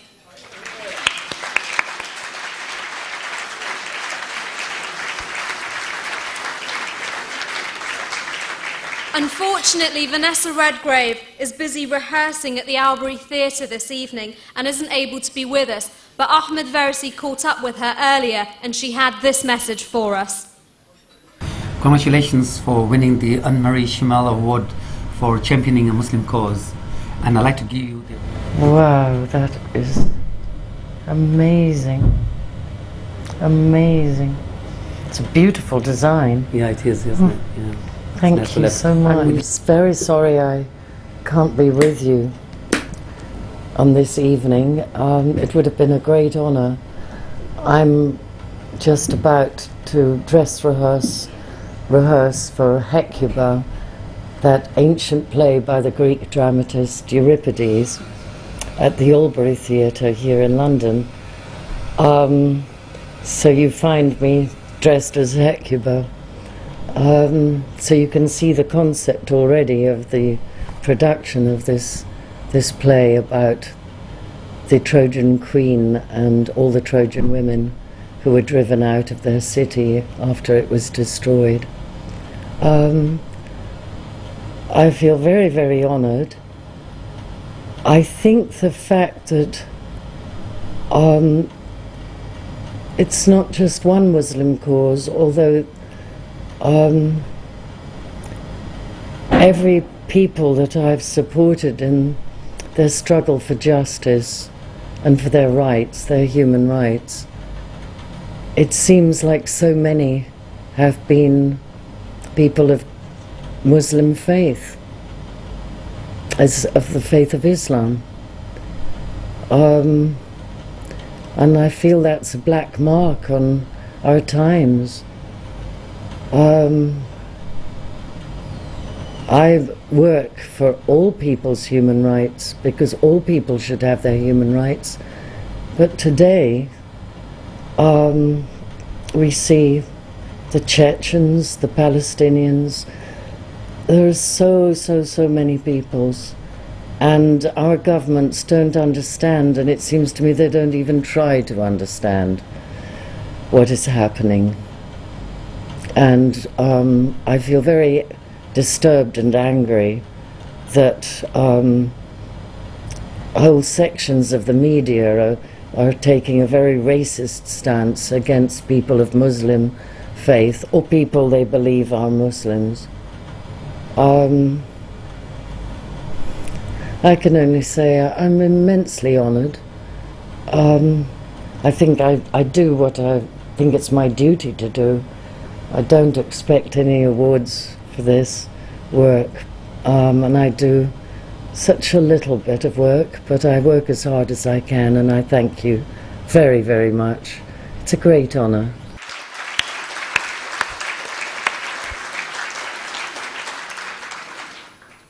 The next award is the Imams Hassan and Hussein Children's Award for Excellence. As children themselves, Imams Hassan and Hussein, the grandchildren of the Holy Prophet, peace be upon him, were exemplary human beings. In everything they did, they emulated the noble traits of their grandfather. And although their idyllic childhood was cut short, they went on to play an important and pivotal role in Islamic history and defending the faith. This award has been sponsored by Islamic Relief and will be presented by Harun Ata'Allah, the General Manager of Islamic Relief Worldwide.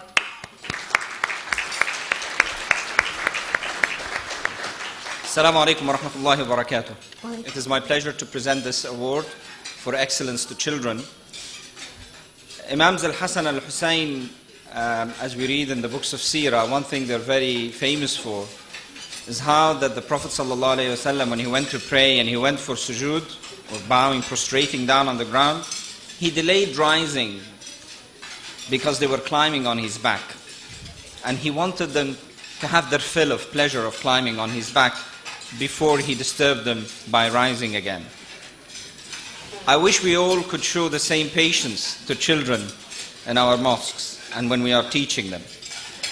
And it gives me great pleasure in mentioning the three young people who have been nominated. Henna Ahsan, Salman Hafiz, and Muhammad Salah are all an inspiration to us. You've all done very well. But the winner of the award has to be one, and the winner is Salman Hafiz.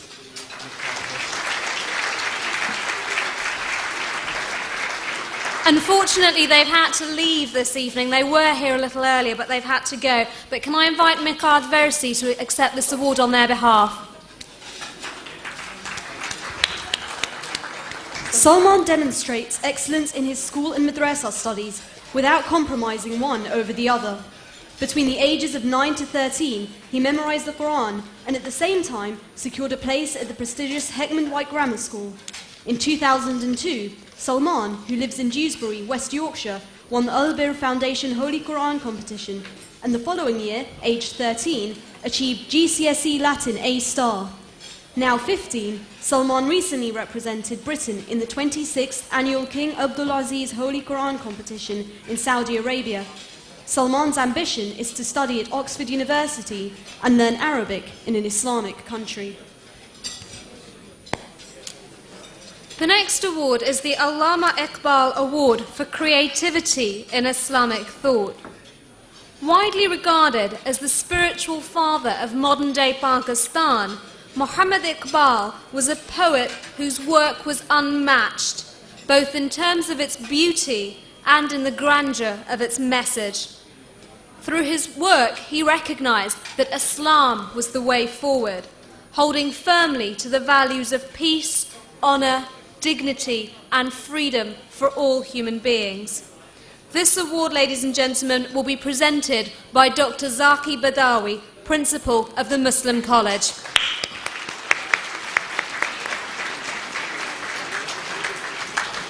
بسم الله الرحمن الرحيم الحمد لله رب العالمين والصلاة والسلام على خاتم النبيين والمرسلين. Allama Iqbal was not only a poet. In fact, his significance is not in his artistic ability alone, but in his philosophy. For he was the one thinker who stated very clearly that Islam has certain fundamentals which are unchangeable, are continuous, yet there are elements of change and development. So Islam has both continuity and the change and dynamism. And it is very important to honor him in this fashion and to see who is carrying on this great tradition of Islamic thought, Islamic action, Islamic sort of loyalty to principles, at the same time responding to changing situation. The winner this year is Ziauddin Sardar.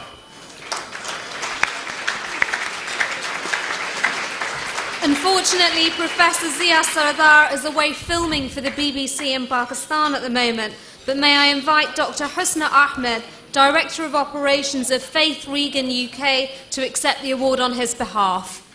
A pioneering and contentious writer, broadcaster and cultural critic, Ziauddin Sardar is visiting professor of post-colonial studies at City University. He has published over 40 books, such as The A to Z of Postmodern Life and Introducing Islam, and has written numerous articles on various aspects of Islam and contemporary society. He is editor of Futures, a monthly policy journal, and co-editor of Third Text, the critical journal of visual art and culture. He lives in northwest London. Our next award is the Al-Biruni Award for Excellence in Community Relations. Al-Biruni believed that Islam was a religion that was tolerant and respectful of other cultures, and he used this as a foundation to champion intercultural understanding, a concept I'm sure you'll agree is of particular importance in today's multicultural society. And this award in his name has been sponsored by the Commission for Racial Equality and will be presented by Trevor Phillips, Chairman of the CRE.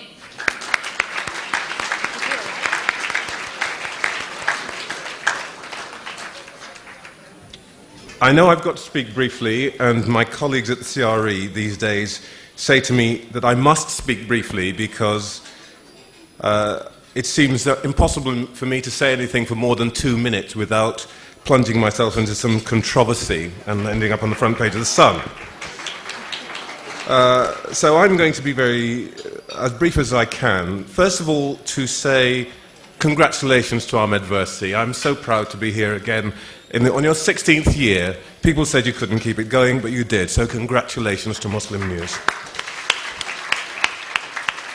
Secondly, I want to say that community relations are at their most fragile for many years. And as we approach this general election, many communities in this country feel under siege. We know that this election can make those communities feel better, or they can make those communities feel worse. We, the politicians, and the media bear a major responsibility here. And we can make it worse by the way that we talk about some communities and some issues. Let me make it clear. It is not racist to talk about immigration, or about gypsies and travelers, or about human rights, or the position of Muslim communities. But the way we talk about these issues can help or it can hinder. We forget sometimes that Muslims and Sikhs and Gypsies and Jews are human beings too, that they care about education and health, and that their children too are easily frightened by the words they read in the newspaper, the words that are shouted at them in the street, and by the violence that lurks at the edges of some of our communities. This is a night when we should be celebrating, but I wouldn't be doing my duty here if I were not to say to all of the political leaders here tonight, you bear a heavy responsibility in the next 5 or 6 weeks. And I want to say, as chair of the Commission, to all of you, do not let your party be the one that starts the descent into the politics of the gutter. Do not let your party be the one that triggers the name-calling. And do not let your party be the one that leads the way to a general election campaign where everybody speaks nobly on television but turns a blind eye to bigotry on the doorstep.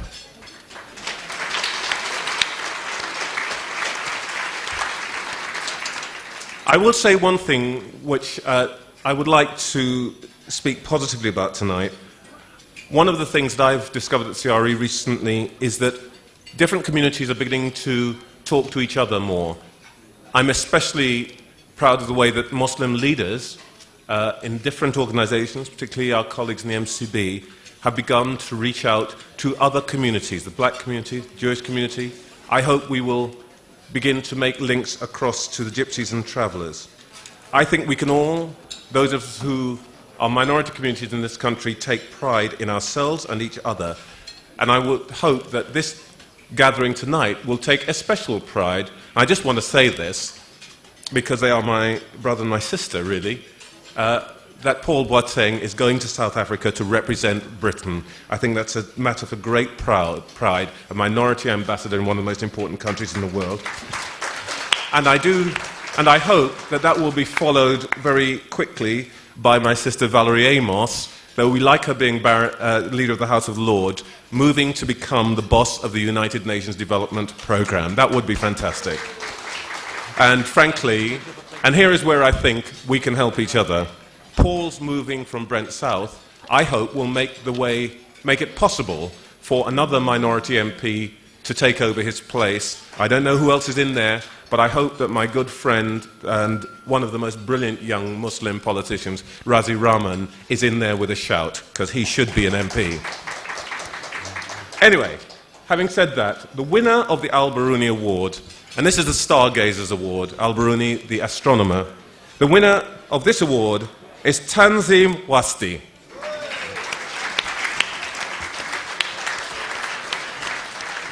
Tanzim Wasti, who lives in New Malden, Surrey, helped found the UK Islamic Mission in the early 1960s, which aimed to give Muslims in Britain an identity. He's a prominent member of UKIM and the Muslim Council of Britain, working to establish community programmes and represent the views of British Muslims. He organised a youth conference in 2003, attended by over 600 representatives from local government, in a bid to bridge a gap between Muslims and these establishments. As trustee of Muslim Aid and founding member of the Muslim Solidarity Council, Tanzim is involved in many Islamic causes.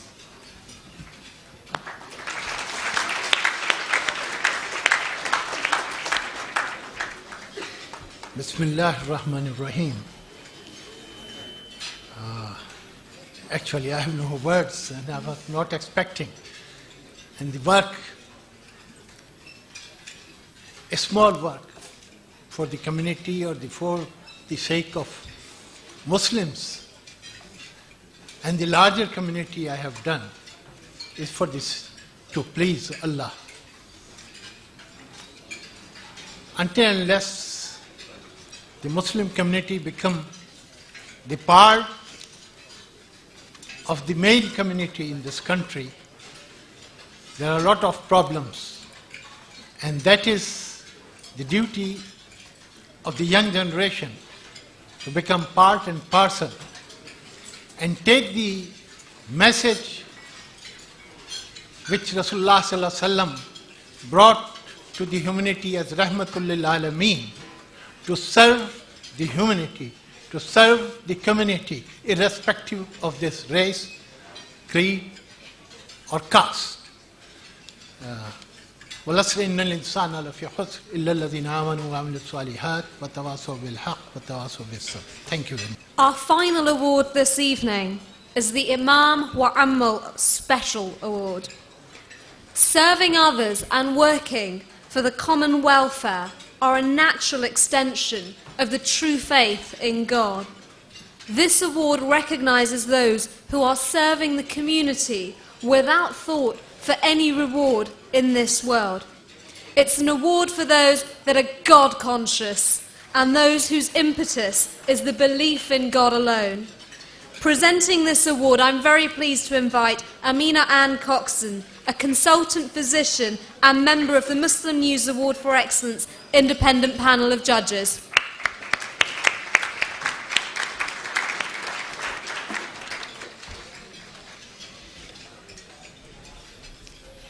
For all of us, our faith has to determine our action. And in today's world, there is no field that is more important than human justice and the rule of law. Doreen Lawrence is a personal friend, as are a number of her family. The murder of her son Stephen was a stain on the national consciousness, inflicted by racist thugs with no apology. Doreen's Christian consciousness did not want vendettas. She wanted justice in law.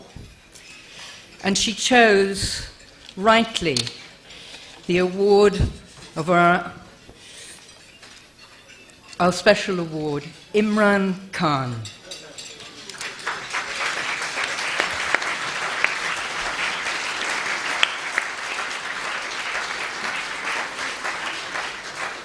Renowned for his efforts on behalf of the Stephen Lawrence family and his struggle against injustice, Imran has worked diligently to uphold the rights of Muslims implicated in terrorism cases. He is fighting to bring the Indian government to justice on behalf of Muslims killed in Gujarat riots, and is involved with the family of Zahid Mubarak, who was murdered by his racist cellmate. Imran Khan was named Lawyer of the Year in 1999.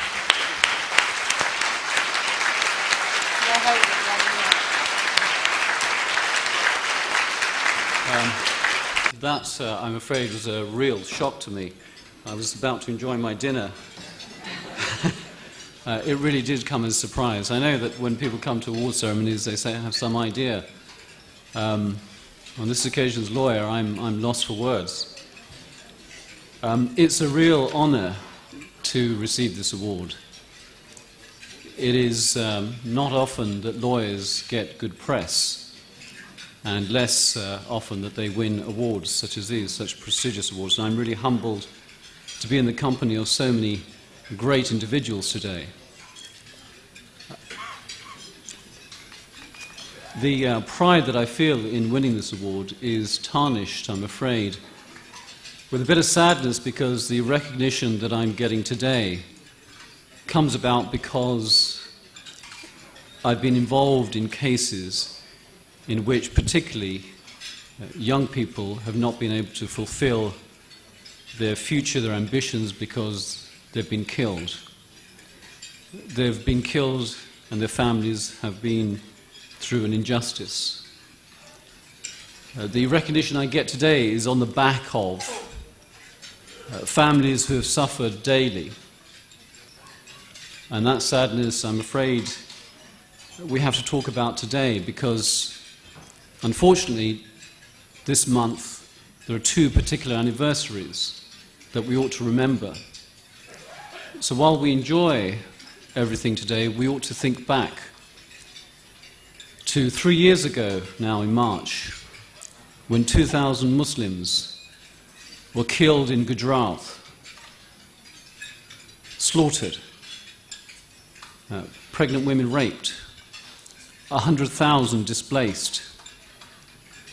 And the architect of that mass slaughter, I regret to say, is coming to this country, has been permitted to come to this country and arrives on Saturday. The Chief Minister of Gujarat, Narendra Modi. Let this be a warning to him that if he does set foot in this country, we will be going to the local magistrates' court to obtain a warrant for his arrest for the mass slaughter of Muslims in Gujarat.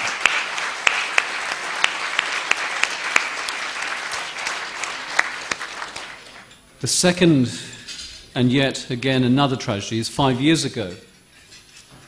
A young man placed into the custody of our prison in Feltham was killed by his racist cellmate. Zahid Mubarak, 6 hours before he was due to be released, was bludgeoned to death by a prison which should have looked after him and now allowed him to go back. The inquiry into that particular tragedy is almost coming to an end. Last Friday, we finally heard the final bits of evidence. That family has suffered those last 5 years, and hopefully, inshallah, at the end of this year, they will get some sort of closure. None of us who are here today should count ourselves as belonging to any faith, any community, as part of the human race, unless we're prepared to do something about the injustices that we see. It's been a privilege for me to be involved in cases like the Stephen Lawrence case. I'm absolutely shocked, humbled that Doreen would nominate me for this award. I'm absolutely humbled and shocked that I should receive this award tonight. As far as I'm concerned, for the last however many years, I've just been doing my job. I don't want to receive this award for me or my colleagues at work or those who are with me tonight. I want to receive this award on behalf of all of those who've died at the hands of injustice, Muslim and non-Muslim throughout the country, the Palestinians, the Iraqis, the Chechens.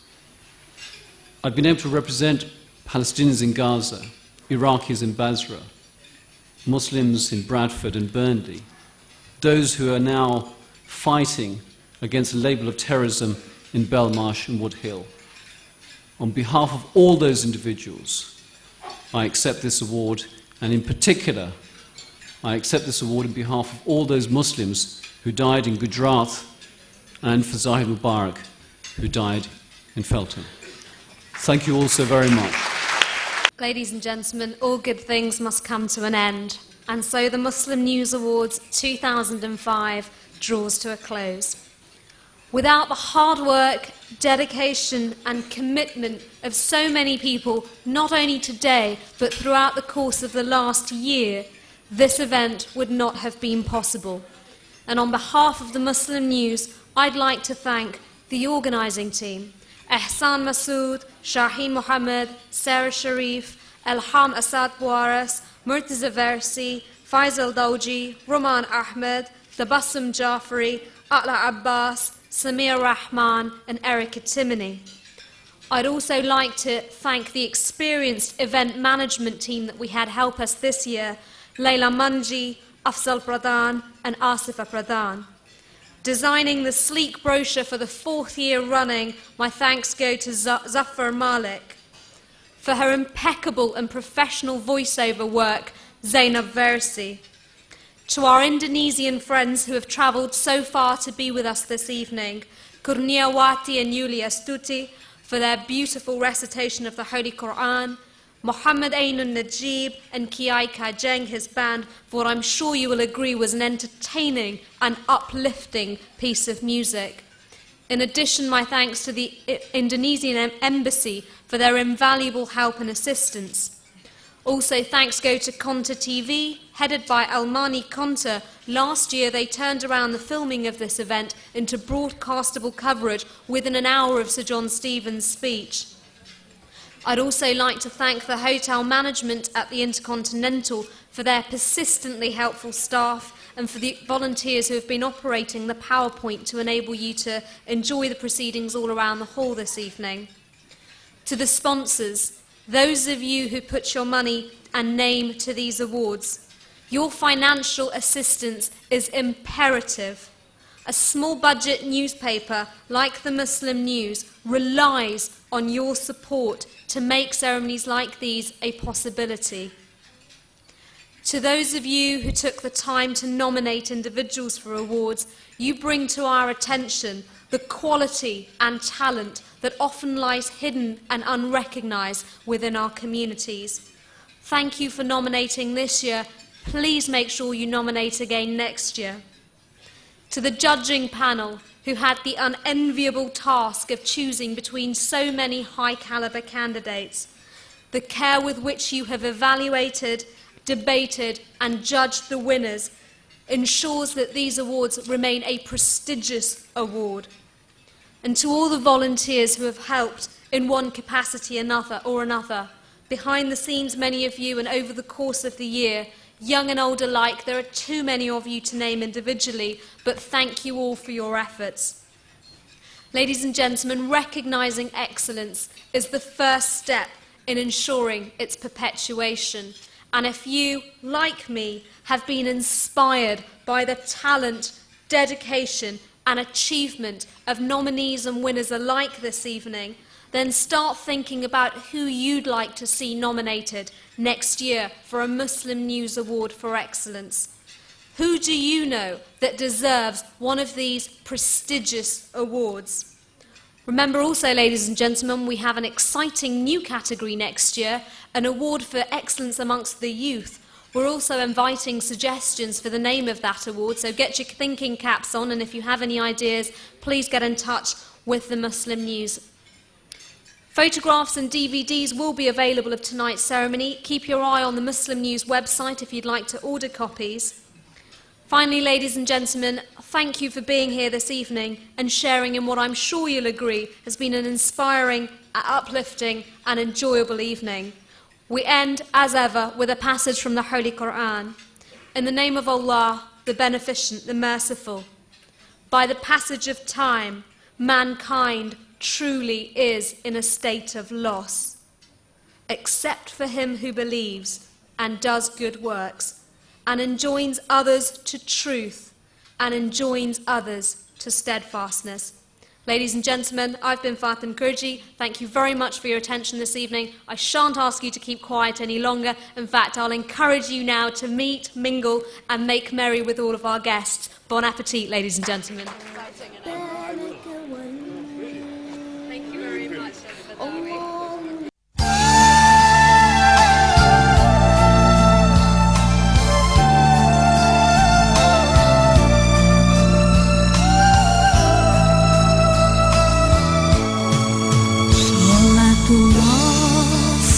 Salamullah ala toha Rasulillah. Salatullah salamullah ala yasin Habibillah.